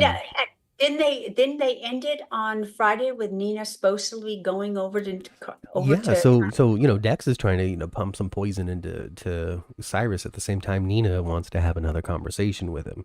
And so yes. you got Dex, the most conspicuous, and I didn't say that wrong. He is the most conspicuous person in any room. You cannot not notice him. He sticks out like a sore thumb. He does not hide well. Mhm. So you saw him around the corner. I could see Rit, yes, uh, Melissa. I could see like him making an attempt on his life, like Dex making an attempt on his life, but somehow Nina gets blamed for it. Ooh, maybe. Or maybe Maybe. like maybe uh Dex is able to push something through his IV and leaves, and then Nina walks in there and he has some kind of reaction and they have to save his butt and find out he was poisoned. And when he opened his eyes, he was standing there. Nina. Nina. It was You never know. Nina. You never know. You never know. I anticipate them going into the room at the same time and them having some sort of conversation. Some sort of, Sonny wants me to do it. Sonny wants me to take this man out. I don't know if he needs to die. Oh, oh, what extremes. Oh, I don't know. And Nina wouldn't, I don't think Nina would mind him dying. Well, she wouldn't mind him dying, but would she mind him being killed? I don't know. I don't know. It depends on how crazy Nina is on this particular On this day. particular day, yes. Yeah, because she definitely has different days of crazy. That is for Yes. sure and undeniable. I would like Jason and Sam over Carly. Sorry, Carolyn. That ain't happening. Oh, the Sam and J Sam, ship has sailed. J Sam. J Sam, I don't think J Sam is going to happen again for many reasons. Some of them professional on there, and some of them story led. But you know what? There was a time I was a huge Jason and Sam fan once upon a time when they were the Phoenix and the whatever. Mm-hmm. The Phoenix and the what was it, you guys? You know the little characters they used to always have. They have them up on the mantle. The little The Phoenix and the Stone the Cold Phoenix Jackal? and the Phoenix and Oh, I the don't. Dragon. The Phoenix and the Oh, Dragon. okay. Okay. They had the little figures and they were always up on the mantle. And then, they always refer to them as Phoenix and the Dragon. And when they got married at the Chinese restaurant and all that stuff, and it was so cute. And, and and the piano chord, the music of Jason Carly, Yeah, Jason yes, Sam. yes. Oh, Jason Sam they had a little piano chord that that was the Yes, the J Jason Sam and song. Sam's. I was all for it. I loved it. I Yeah. loved but the last time they split up Jason and Sam, or after he came back as set from, when he came back as patient 6, I didn't, I wasn't, I, at very, very first, I was like, yeah, oh, look, they're going to get back together. But boy, that's not the way they played it at all. And now I don't miss it. But, I don't miss but it either. And the last attempt that they had together, I don't think really caught the same fire as the first pairing of J Sam. Like when he came back after his little 5 year absence. yeah, I mean, and also, I don't even think that, not that they gave him much opportunity, really, but I don't think Steve Burton and Kelly Monaco they just didn't play. They didn't play Jason Sam like as good as they used to. Their hearts might not be into it anymore. I don't think their hearts are into it anymore. Now, I do see when I see Kelly Monaco with Dom, I do see some kind of like she's Enjoyment? enjoying, she's enjoying that that page. Yeah. That she's enjoying that depiction. Mm-hmm. I didn't Mm-hmm. see that with her, and the last time she Sometimes was things sharing just the move same on.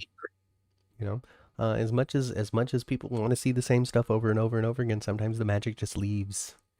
Yeah, I If think you it's let the lightning out of the bottle, you can't catch it again. That's what I find to be true with me. And like I said, when they were the Dragon and the Phoenix, I was all on board. I loved it.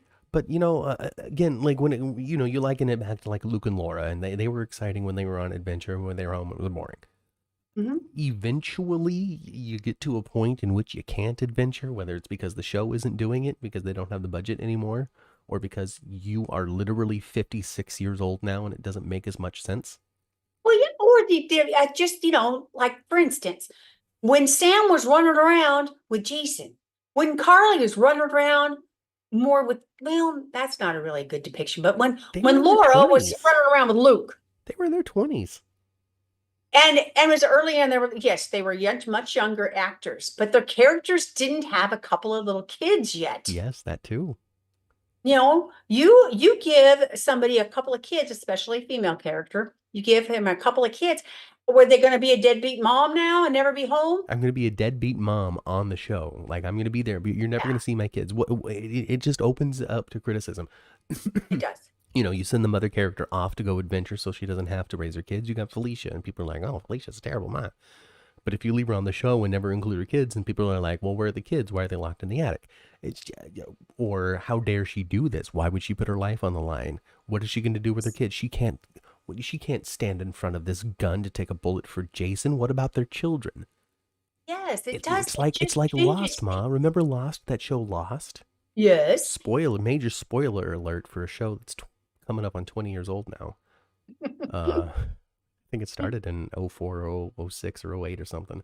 Hmm. But leading up to the end, we had the big submarine explosion, and we lost a couple of characters in it. Hmm. And a couple of these characters were parents of a child, Hmm. and both of them refused to leave the sub. Like one of them was trapped, and the other one was like, "I'm not going to leave you." And they wound Hmm. up, dying. These major characters wound up dying here toward the end because neither one of them wanted to leave the other one. Hmm. And the reaction wasn't, what a beautiful love story. I can't believe they just did that for us. How wonderful and amazing to see the end of the arc of this couple manifest in such a way because of this, that, or the other thing. The Hmm. only thing people could talk about is how they willingly died, leaving their kid alone. Yeah. You got to think about that kind of stuff. Yeah. So, Sam There running was around a with all these time. kids. There was a time before they ever had Jeannie Francis leave, before she did the That's right. comatose thing and everything. Before we saw the back of Jeannie's head for a Yeah. few years. Yeah. Um, um, they did a time where Luke and Laura were still together. Mm-hmm. Luke and Laura, and Laura she looked all boho. They put her in like hippie dresses all the time. She looked like you could smell the patchouli through the TV on her. And made her boring too. Uh-huh. And they made her boring. That's not what I wanted for Jeannie Francis at all. No, that's not what Jeannie Francis wanted either, which is why she went to All My Children. I think so. So, Even Tony Gear was like, I don't want to play this Luke. Can I play Bill or something? Sure, exactly. sure, Tony, you can play a Bill. I want to get this damn perm out of my hair. Oh my gosh, I love that Ken Schreiner story where he didn't realize that the perm was bad until he cut it off. And he goes, Ken, it wasn't that bad, was it? Ken's like, oh, Tony, if you only knew. Now, early on, when Tony first came on campus and he had his curly hair and Yeah. he had his perm. Well, Tony Gear at the time had far more hair. Right. It didn't look so bad. But as he aged and they kept on giving him curls, if you don't have some volume in that hair, you're going to look like the scarecrow. Okay, before we move on with the rest of the show, I need you to explain the concept of the perm to me. I don't need you to tell me how a perm is achieved. I know it's chemicals and you can't get it wet, otherwise you're going to lose your court case in that Legally Blonde movie. But you didn't see the movie, but people who did see the movie understand the reference. So why was it a thing? Why did people think it looked good? Why did people want it? And who was the first celebrity to get a perm that started this trend? I can tell you what started the trend big time. Okay. Barbra Streisand, A Star Is Born. Okay. That's where it started. Okay. 1976. That perm. And Barbara Streisand's perm is so it tell me, started. guys. It started with a female perm and jumped over to the Brady Bunch. But the perm, that perm, Barbara's perm and Stars Born looks the same as the perm on Mr. Brady. Yeah. The same perm that Luke had. It's a simple layer cut, right, with a alternation of a pink and gray rod perm. Right. and people thought this looked good. Like, I remember you had a perm. And before you were born, way before you were born, man, I even had a Luke perm. A big one. I had a Luke perm cut the same where it framed the face with little bangs. I had that perm. I thought I was looking like Barbara Streisand, not Tony Geary. Right. But I had that perm. I did. Okay, so And it was I just, give you a little tidbit about and it too. people did think it looked good. I don't really know. All I know, your dad hated it. Your dad hated that hairstyle. But it was in. But it was in. But it was very in at the time. Yes, your dad. I remember your dad hurt my feelings because he came to pick me up. I don't know why he came to pick me up for my hair appointment, but he did. Because you needed it. I saw him as he was still driving approach me, and when he first saw me, I saw his face, but he didn't know that I saw his face. The look on the drop on his face was, I mean, it said 100 words. I hate that shit. That looks terrible. Oh, goodness. Well, Tyrone says, well, those were the days when Barbara Streisand did it. To me, everyone else was doing. Yeah. And it's, that's the same time as a Jerry curl, and that basically looks the same too. Yeah, it's funny because Melissa says that for white people, perms make their hair curly, but for African Americans, it makes their hair straight. I don't know if it's the same chemicals. I imagine there's some sort of something, rods or something. Well, the rod is what makes the curl. Yeah, there you go. See, Melissa, you don't know nothing. Well, no, she's right. False information. Okay, I know. Okay, there was I went to beauty school in the 70s, you guys. I was never a hairdresser, so but you know it. You were learning it at the time. I did actually go to the state board, so I know a little something, a very little something about it. A very little something. But I remember like somebody getting one of those perms, and it was a good friend actually. It was Raina, my good friend Raina, and she got one of those perms, and she was like, she came over to our apartment, your dad's apartment. This is like early, it's like before your brother was ever born. So I'm 20 years old. Just a child yourself. Raina says, Kathy, I hate this. I said, okay. I said, this is what you do. Run some perm solution through your hair. Put some perm solution. It's not going to take all the curl out. Not exactly every single bit of it. I said, but you run some perm solution through your hair. Just comb it straight. Comb it straight. Comb it straight. Comb it straight. Just do it for 45 minutes. Comb it straight. For the processing time on the box, right? And then you put that neutralizer on it. Comb that straight. Well, it's the chemical breaks down the compound of the hair. Right. The neutralizer with the perm rod is what freezes it in new constructed. That's what you get curl. See, I did need to know the process. See, look at that. Okay. Yeah. So perms were in, so were body. But it makes sense, right? You comb it through, comb it through straight. Comb out those curls. You're combing out those curls, putting the neutralizer on it. You already broke the texture. You broke it already. And then when you neutralize it, now we need Laura Wright on the show. Straight like it wasn't the way straight hair Raina had before. Right. What are the damn close? Well, we need Laura Wright on the show now so she can talk to us about the process of removing her curls on a regular basis. Now she just blows them out. Good. That's all. She has a team of 3 that's working on it at the same time. He does. Kaiwan used to have a perm until his mom said cut his hair, and he went, okay. And then cut his hair. Yeah. Perms are very, very, very damaging to your hair, though. Man, Good thing that we've moved on. Good products with a perm. And I heard that mess is coming back, actually. Oh, no. I'm not on board. I'm not doing it. I'm not going to do it either. I'm going to leave my hair where it is. I'm not going to encourage it to fall perm days out. are over. Not going to encourage it to fill out. All right, so I want to make sure that we said every name that's on this list. We said the name Esme today. Mm-hmm. We said the name Nicholas today. Mm-hmm. We said the name Spencer today. Mm-hmm. We said the name Tracy today. Yep. We said the name Curtis today. We did. We said the name Sonny. Yep. We said the name Dex. Yep. We said the name Bobbie. Yeah, we sure did. We said the name BJ. Mm-hmm. We talked about a funeral.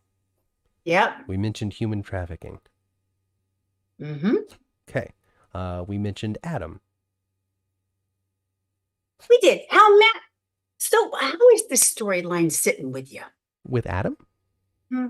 I think that we need to break into the next part of it, which I think that we might be doing because of this whole student portal thing, and his parents are going to find out that he's struggling a little bit more than he's letting them on, which might bring one of them to town, or two of them to town. I really don't know, like, until we really get going with something, I really don't know what to expect from it. Who's going to benefit from it? What is it going to be about? I'm really not there yet when it comes to understanding those things. I think we're getting there. I think you're right that Adam looks younger than the rest of that age group. He still, to me, comes off very much as a high school senior, not a college student. I agree. So, that's just Joshua Bernard literally being 18, working with a bunch of 20-year-olds. Do you remember? No, you wouldn't remember it. Well, I don't know, maybe you saw it on Twitter or maybe you saw it somewhere else. I saw a bunch of pictures. Now there's an actor that died really young, and in the 50s, his name was Sal Mineo. Okay. I've seen some pictures of Sal Mineo right side by side with Joshua Bernard. My God, that kid looks exactly like Sal Mineo. So Sal is really his father, and Maurice Bernard is not. Just look him up. That dude died in the 50s. Look him up. Sal Mineo. Okay. Josh Bernard looks just like him, folks. Yeah. Look at him. I don't know. So I mean, I don't really know what's happening with it or where it's going. But he's a baby. Maybe he's Sal Mineo's kid. I don't know.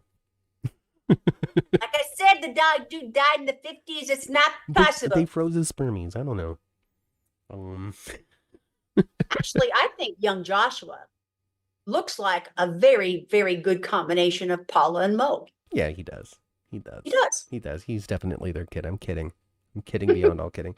So I don't know. I would like to see what Adam's like when he's not turned up to 10. Because we're very much always kind of getting an intense scene or an intense performance about something from him, and there's not really any moments of calm. It would be nice to see a depiction of him not in angst. Yes. So, I'm looking forward to seeing what happens next, I guess. Until we can see what happens, until one of his parents comes through to continue to turn the screws or whatever it is that's going to happen. I don't really know what to say. As it stands right now, Adam has not been introduced to us or treated as a full-fledged new character who's going to run off and have his own point of view on things. He's very much Jocelyn's friend from college. Yeah. And with that, I'm expecting this to be what Jocelyn does in this situation, not what is happening to Adam. Honestly, if they're continuing down the road and they have some kind, I'm more interested in Dex helping him than Joss. Well, there you go. But it's about the established characters, not about what Adam is doing. This isn't. Yes. While it could be a plot point involving Adam, it's not Adam's story. It's going to be Dex and Joss's story, Trina's story, whoever gets pulled into the greater ramifications of what happens next. Mm-hmm. And it could be even as simple as we're cutting you off and Joss says, well, you're going to come live with me then. I don't know. It'll be interesting to see what they do. Jeannie says that Sal died in 1976, Mother. He died in 76? That's what Jeannie says. More than that. Jeannie could lie. He died like early. And the Melissa thinks that Sal Mineo was gay, so he probably didn't father Joshua Bernard. Well, Sandra says that Adam is still a mystery, and so and is he Dex. Would have to have sperm that lives a long time, huh? Just freeze him, it'll be okay. Sandra says that Adam is still a mystery, and so is Dex. We're learning a little bit more about Dex too.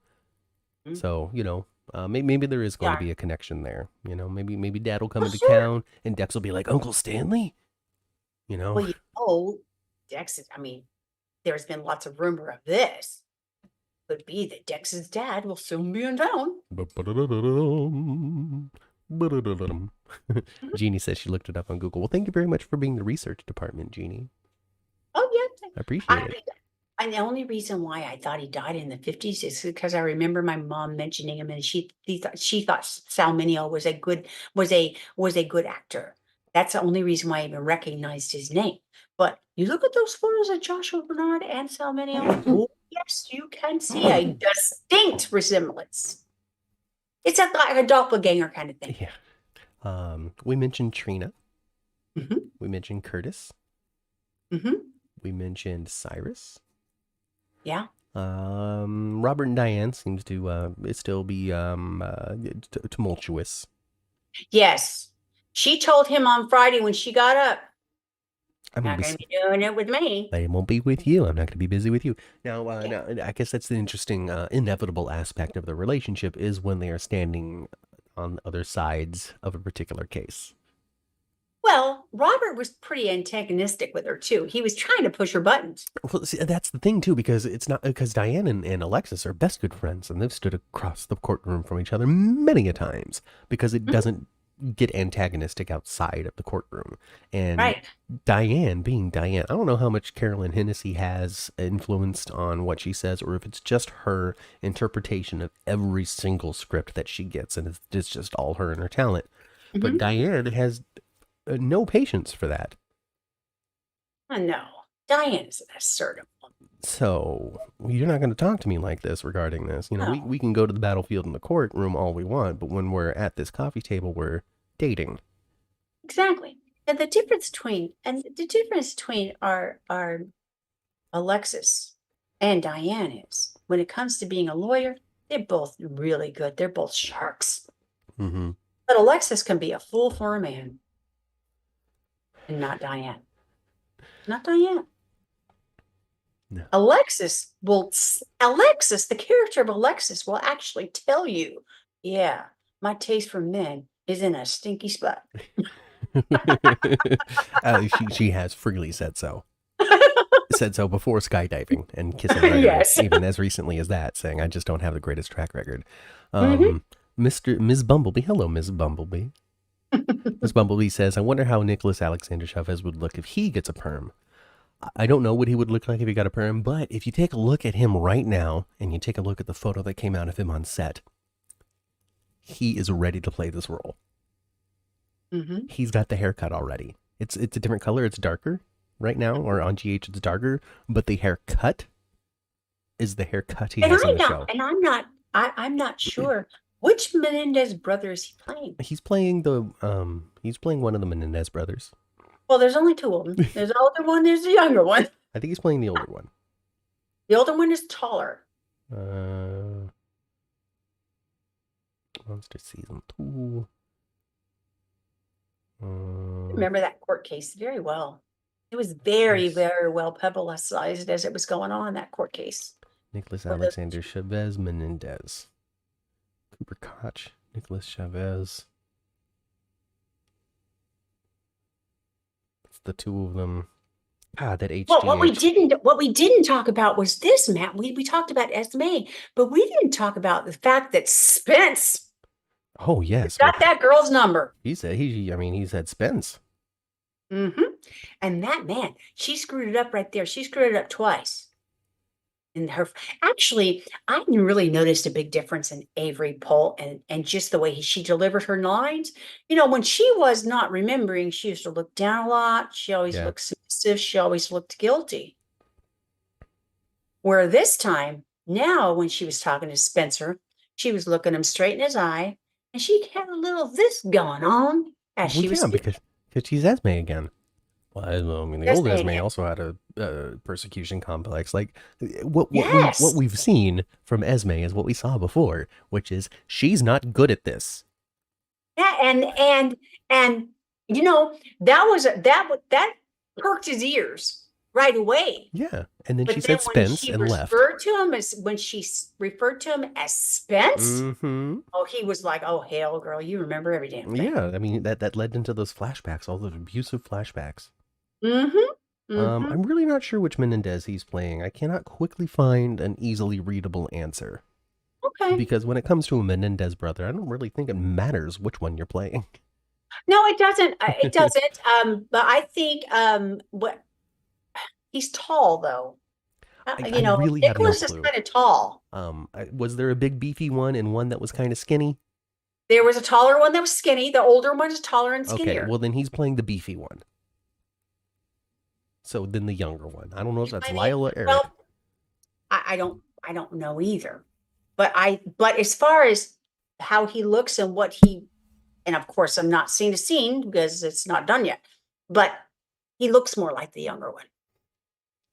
I have no clue. I Yes. honestly, Well, I'm just I gonna say remember this what into the these two microphone boys right look now. like, very distinct. I can close my eyes and see both of their faces. I He missed looks that more whole like the thing. younger one. You know, if it happened in my lifetime, I wasn't old enough to know what was going on, so I really don't. Well, it did happen in your lifetime, but you were a kid. You didn't even Yeah, watch these two fools that killed their parents. yeah. So I didn't. I was very unattached to what it is. I know I understand that they're crazy people. You know, they But had they've even the what was it? The influenza? What was it, the rich fluenza? What do they call it? Um, know that. the where where you're sick because you're Yeah, rich and you just don't understand that what yeah, you've but done is that bad. was a defense for another criminal, Well, not yeah, those. but it's like the same concept of, It well, is. they It were so is. rich their feet weren't on the ground and they killed their parents. Yeah. Um, well, I don't know how close they are to getting out. Maybe they're going to get out. I mean, there has been some people that have, trying to like help the Menendez brothers get out because a lot of people feel like, yes, they did the wrong thing and they flipped out, but they were very, very abused little Yeah, boys. Yeah. yeah. I mean, I'm just gonna say it in the microphone right now. I'm probably not going to watch it. I really am terribly uninterested in the Menendez brothers story being I reenacted am on going to watch Netflix. I am You going to know, watch it because I am going to be interested in watching it. I am going to be very interested in seeing our young Nicholas and yeah. how and what kind of chops he's got when he gets You know, off the prospect block. I am sure I'll check out some of it, but I am not somebody that's like, No, you I'm know, sure I could see you watching scenes of that, but not oh necessarily at yeah, the for sure, beginning. for sure, for sure, for sure, for sure. Let's see here. I remember when Bobbie read Lucky the riot act about him venting to Luke and Laura about the SA when it happened. Oh yeah, yeah. So when they revisited the Luke and Laura storyline in the 90s, Hmm. Lucky being very unhappy, or Bobbie I don't know. Anyway, all kinds of drama happening there. And I believe that storyline actually kind of came at the insistence of Jeannie Francis a little bit, where she's like, guys, we really need to fix I don't this. remember.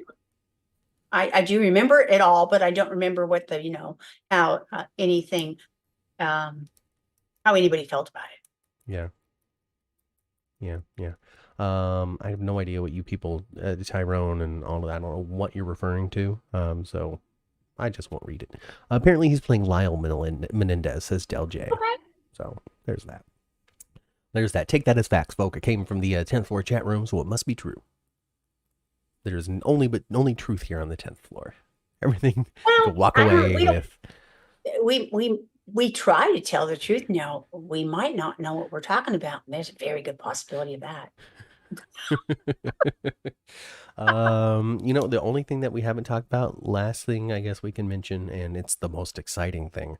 It's also super old now.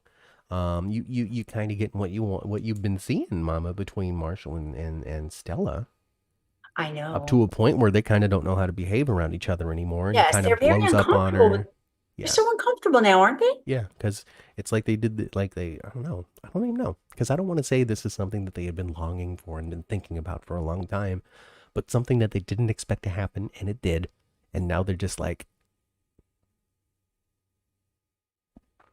I don't know what to do. Mhm.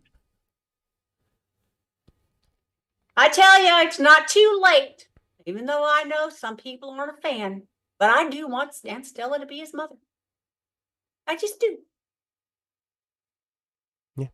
Yeah, Yeah. Chat's also saying, "Oh, Lucky's coming back." I haven't seen anything about that. I don't think Lucky's coming back. I don't see. Oh, I don't think so. I don't think so. Because I know that I have not heard even this a peep about Jonathan Jackson wanted to be Lucky again. I I could see them possibly, maybe, I don't know. I just don't see room for Lucky right now, really. But if they did, perhaps it would be a recast. They have recast Lucky in more than one occasion. Lucky's recast by Jacob Young. What kind of old article are you reading, Melissa? That happened 20 years ago. And I can tell you guys, I don't know if you all watched, but and I loved Jacob Young when All My Children is JR. Well, he sung it up. As Lucky. It's like true.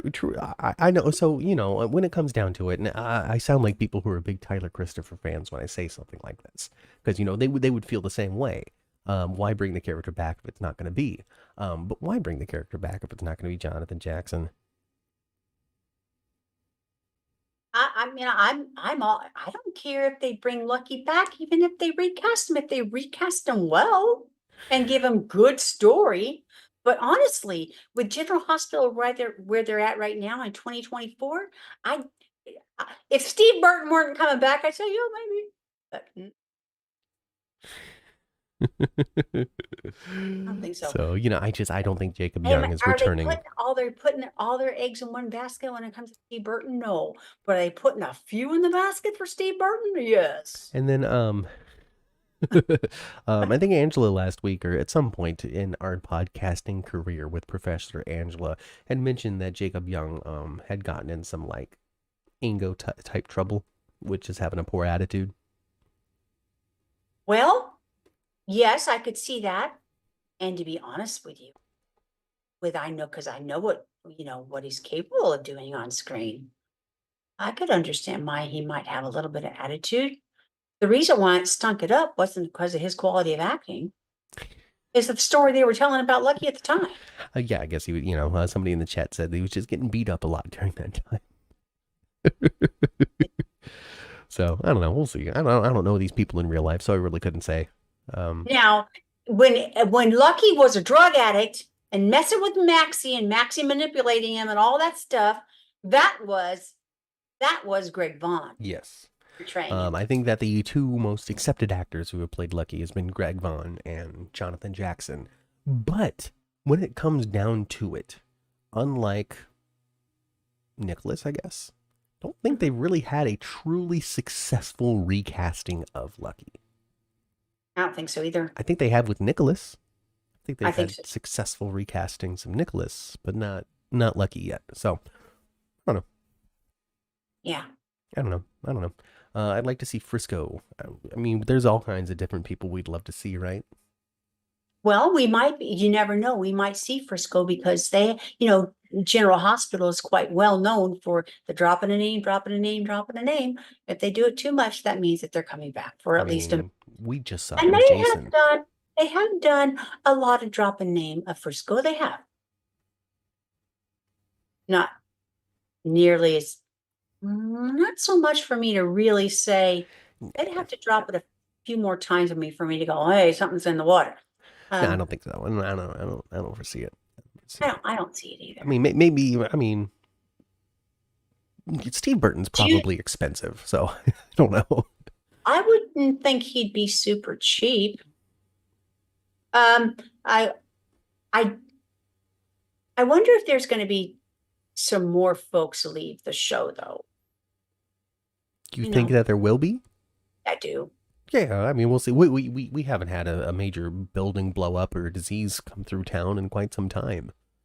Mm-hmm. The hook killer came through, but wasn't particularly successful at killing people. No, lots of more people survived than died. More people got scratched and got sick. Yep. Especially when they came up with that antidote, huh? Marsha Green looked up a picture of Sal Mineo, and yes, looks just like Joshua Bernard. Does. So good call, Ma. Good call. Ms. Bumblebee is trying to start a riot in the chat by saying that, did anyone always think that Nicholas Alexander Chavez was a weak Spencer? You're trying to start a riot. But you know what, Ms. Bumblebee? That riot's not gonna catch fire here in this chat room.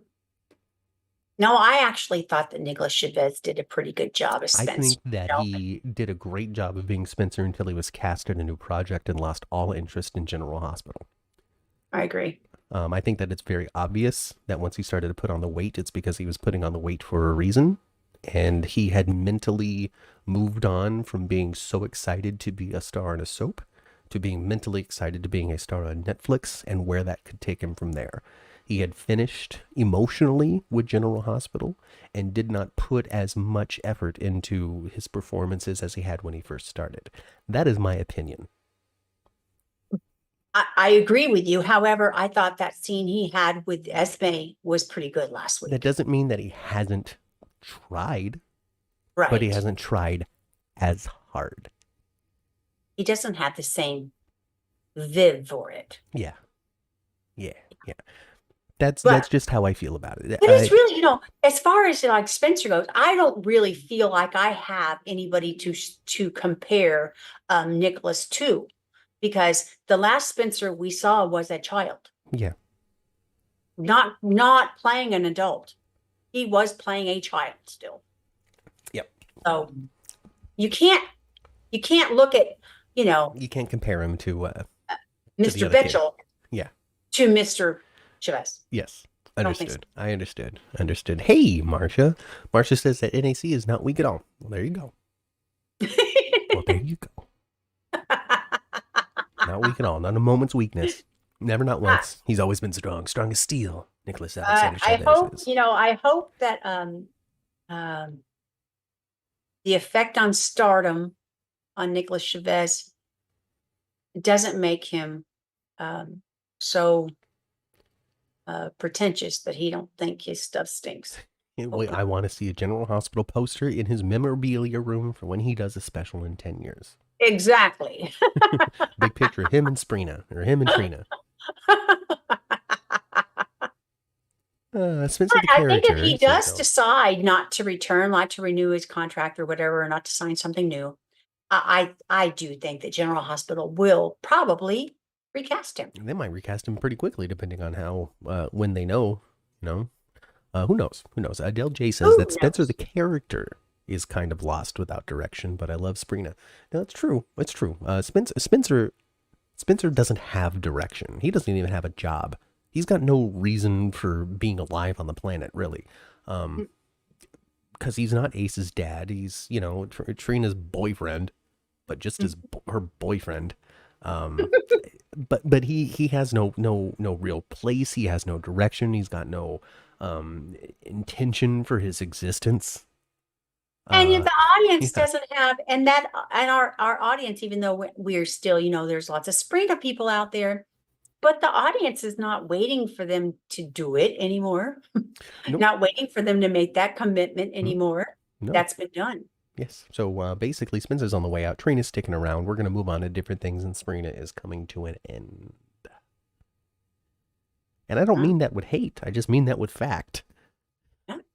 The only way for it not to come to an end is for them to recast him, I think. Matt, I think you're right. I don't see young Nicholas coming back to General Hospital. If he does, it's going to be years from now when that shooting star didn't fly as high as he thought it would. Or if it does fly higher than he thought it would, then he'll be Sarah Michelle Gellar. He'll be, any number of these people who got their little start on daytime and went on to bigger and better things and never looked back to be Kendall again. Yeah. So. Yeah. Oh. Yeah. Didn't she do the special? Did she say something on the special? I feel like she said something on the special. Or maybe it was something else that she said something on. No, you're thinking of Emily. Maybe on the special. Amber Tamblyn. Yeah. Maybe. Or college education, or a vocation, or a job, or a career, or any number of things that Dell is suggesting that Spencer needs. And Ms. Bumblebee concludes, Spencer's always a simp when he's with Trina. I think that we're just trying to... That's what we're trying to do here, Ms. Bumblebee. He's a simp for life. Okay? Life simps him out. I don't even really know what that means. I'm so away from the youth zeitgeist of language I don't know what that means either. You know, I think it means a simple person. Like he simps out, like he becomes pee-whipped. Oh, okay. I think that might be the new Oh, the well, new I whipped. understand that term. The new whipped. I think. I think. Okay. I think. Confirm for me. Bumblebee, have you heard whipped? Does it mean simplistic? Does it mean whipped? Whipped. Does it mean both? Because you know, I think that we've just moved on as a culture from referring to whipping people in general, you know. And so I think we just picked a new term, and that's simp. Okay. Listen, I don't I, know. I'm not a youth I don't know anymore. nothing. And I when I have to was a have, youth, I I didn't need a know. glossary of slang, teenage slang today to understand. Or Like, maybe, actually, my grandson's 10 years old now. I could probably pick his brain and he would tell me. He's 10, going on 15. Got a going on little, 15. he got a little Oh fuzz boy. here. Oh boy. And Oh. suddenly he's a grew like that. No, His Spencer voice is is, not whipped with Trina at I all. his voice kind of sounds like Sonny after he's coughed a bit. Hi, Grandma. Oh, now Bumblebee is just contributing facts Okay. to the chat. Bumblebee here says, if GH would have kept Nicholas Bechtel, I think it is, Mhm. he would have continued to grow up on the show and become adult Spencer eventually. You know, Bumblebee, there is no way to argue that if they did keep Nicholas Bechtel on the show, he would have grown up and continued to be Spencer. There's no way anybody can tell you that you were wrong over Mhm. that, Mhm. but it didn't happen. No. And, and the young man didn't mature physically as fast at the same rate as the others did. Simpering? What's simpering? Sorry. I don't know what simpering is either. Simp is short for simpering. I've never heard that word before in my life. Is it one of those old words that the young people are like, I was studying the thesaurus and I came up with this really cool word that we're going to turn into slang? You simp. But of course, that's a Melissa response, so she could just be making a joke. She could be hit. That could just be a Melissaism. It's a Melissaism. It's a Melissa one-liner. Simpering. Simpering, simmering fool. All right. It's like 1:10. We've been doing this for like 2 hours. Yeah. I think it's time to jump up. I think it's time. We talked about all the names I wrote down on my notes. Hey, you guys. Next week, when we do Days for Dummies, Yeah. we have an announcement on that show. Yeah. 30-minute countdown There's on going to that be a show. 30-minute countdown next week on Days for Dummies live at 9 a.m. Pacific time here on YouTube on the 10th Floor channel. And you know what that means? There's a 30-minute countdown. That really only ever means one thing. So come in and hang out with us and enjoy that, huh? Mm-hmm. Huh? And since we're doing it on Days for Dummies, you can almost guarantee it's not have anything to do with General Hospital. No. But the announcement that we're going to make tomorrow at 9 a.m. is going to be something that impacts the 11 a.m. time slot. So you're going to have to tune in to find out exactly what's going on there. Yes. NAC is out of here, says Daisy. You're right. It means affectedly coy or ingratiating. If affectedly coy or see, this is why I also don't like looking up the definitions of words, because then you have to look up the definitions of the words that define the word you're trying to figure out. I know. Well, but I can go with the PW on that definition. The PW? Yeah. What does that mean? The whipped. Oh, I see. I see. Affectedly coy or ingratiating. Affectedly coy. That's what I'm affectedly. That's what I'm getting hung up on. Like if the effect of Trina makes Spencer coy or ingratiating, then yeah, that's whipped. Yeah. Anyway. Folks, that's it. We're getting on the elevator. You guys are getting just as silly on the hey Nathan, you're joining us just as we're getting, you're stepping on the elevator going down. So if you're going up to the 11th or 12th floor or to the roof, you're gonna have to wait for the next car. If you're going down to the parking garage, you could join us on this elevator as we say goodbye. The question of the day was Jackie Zeman or Jackie Zeman, and the options were Jackie Zeman or Jackie Zeman. With 79% of the vote, Jackie Zeman beat Jackie Zeman by 21%. So congratulations to Jackie Zeman. 100% of the audience has chosen you. And I'm so glad you chose us for 40 years on the air. Yes, yes. Thank you very much for that, Jackie Zeman. We wouldn't have been able to enjoy Bobbie Spencer for as long as we did if it wasn't for your contributions. That's right.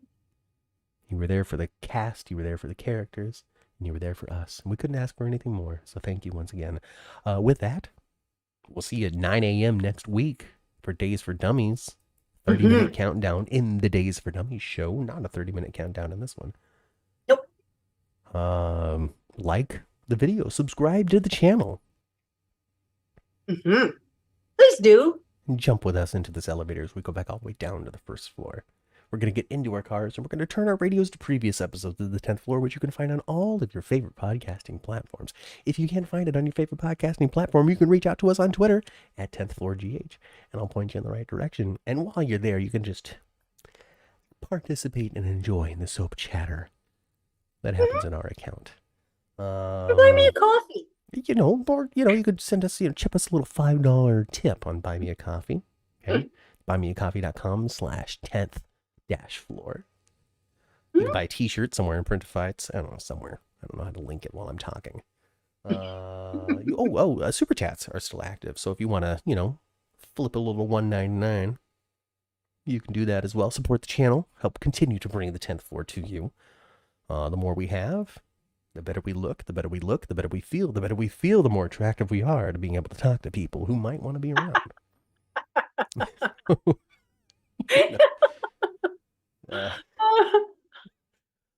That's it. Go spend some time with your families. I've been Matt. I've been Kat. And we'll catch you next time right here on the 10th floor. Goodbye. Bye.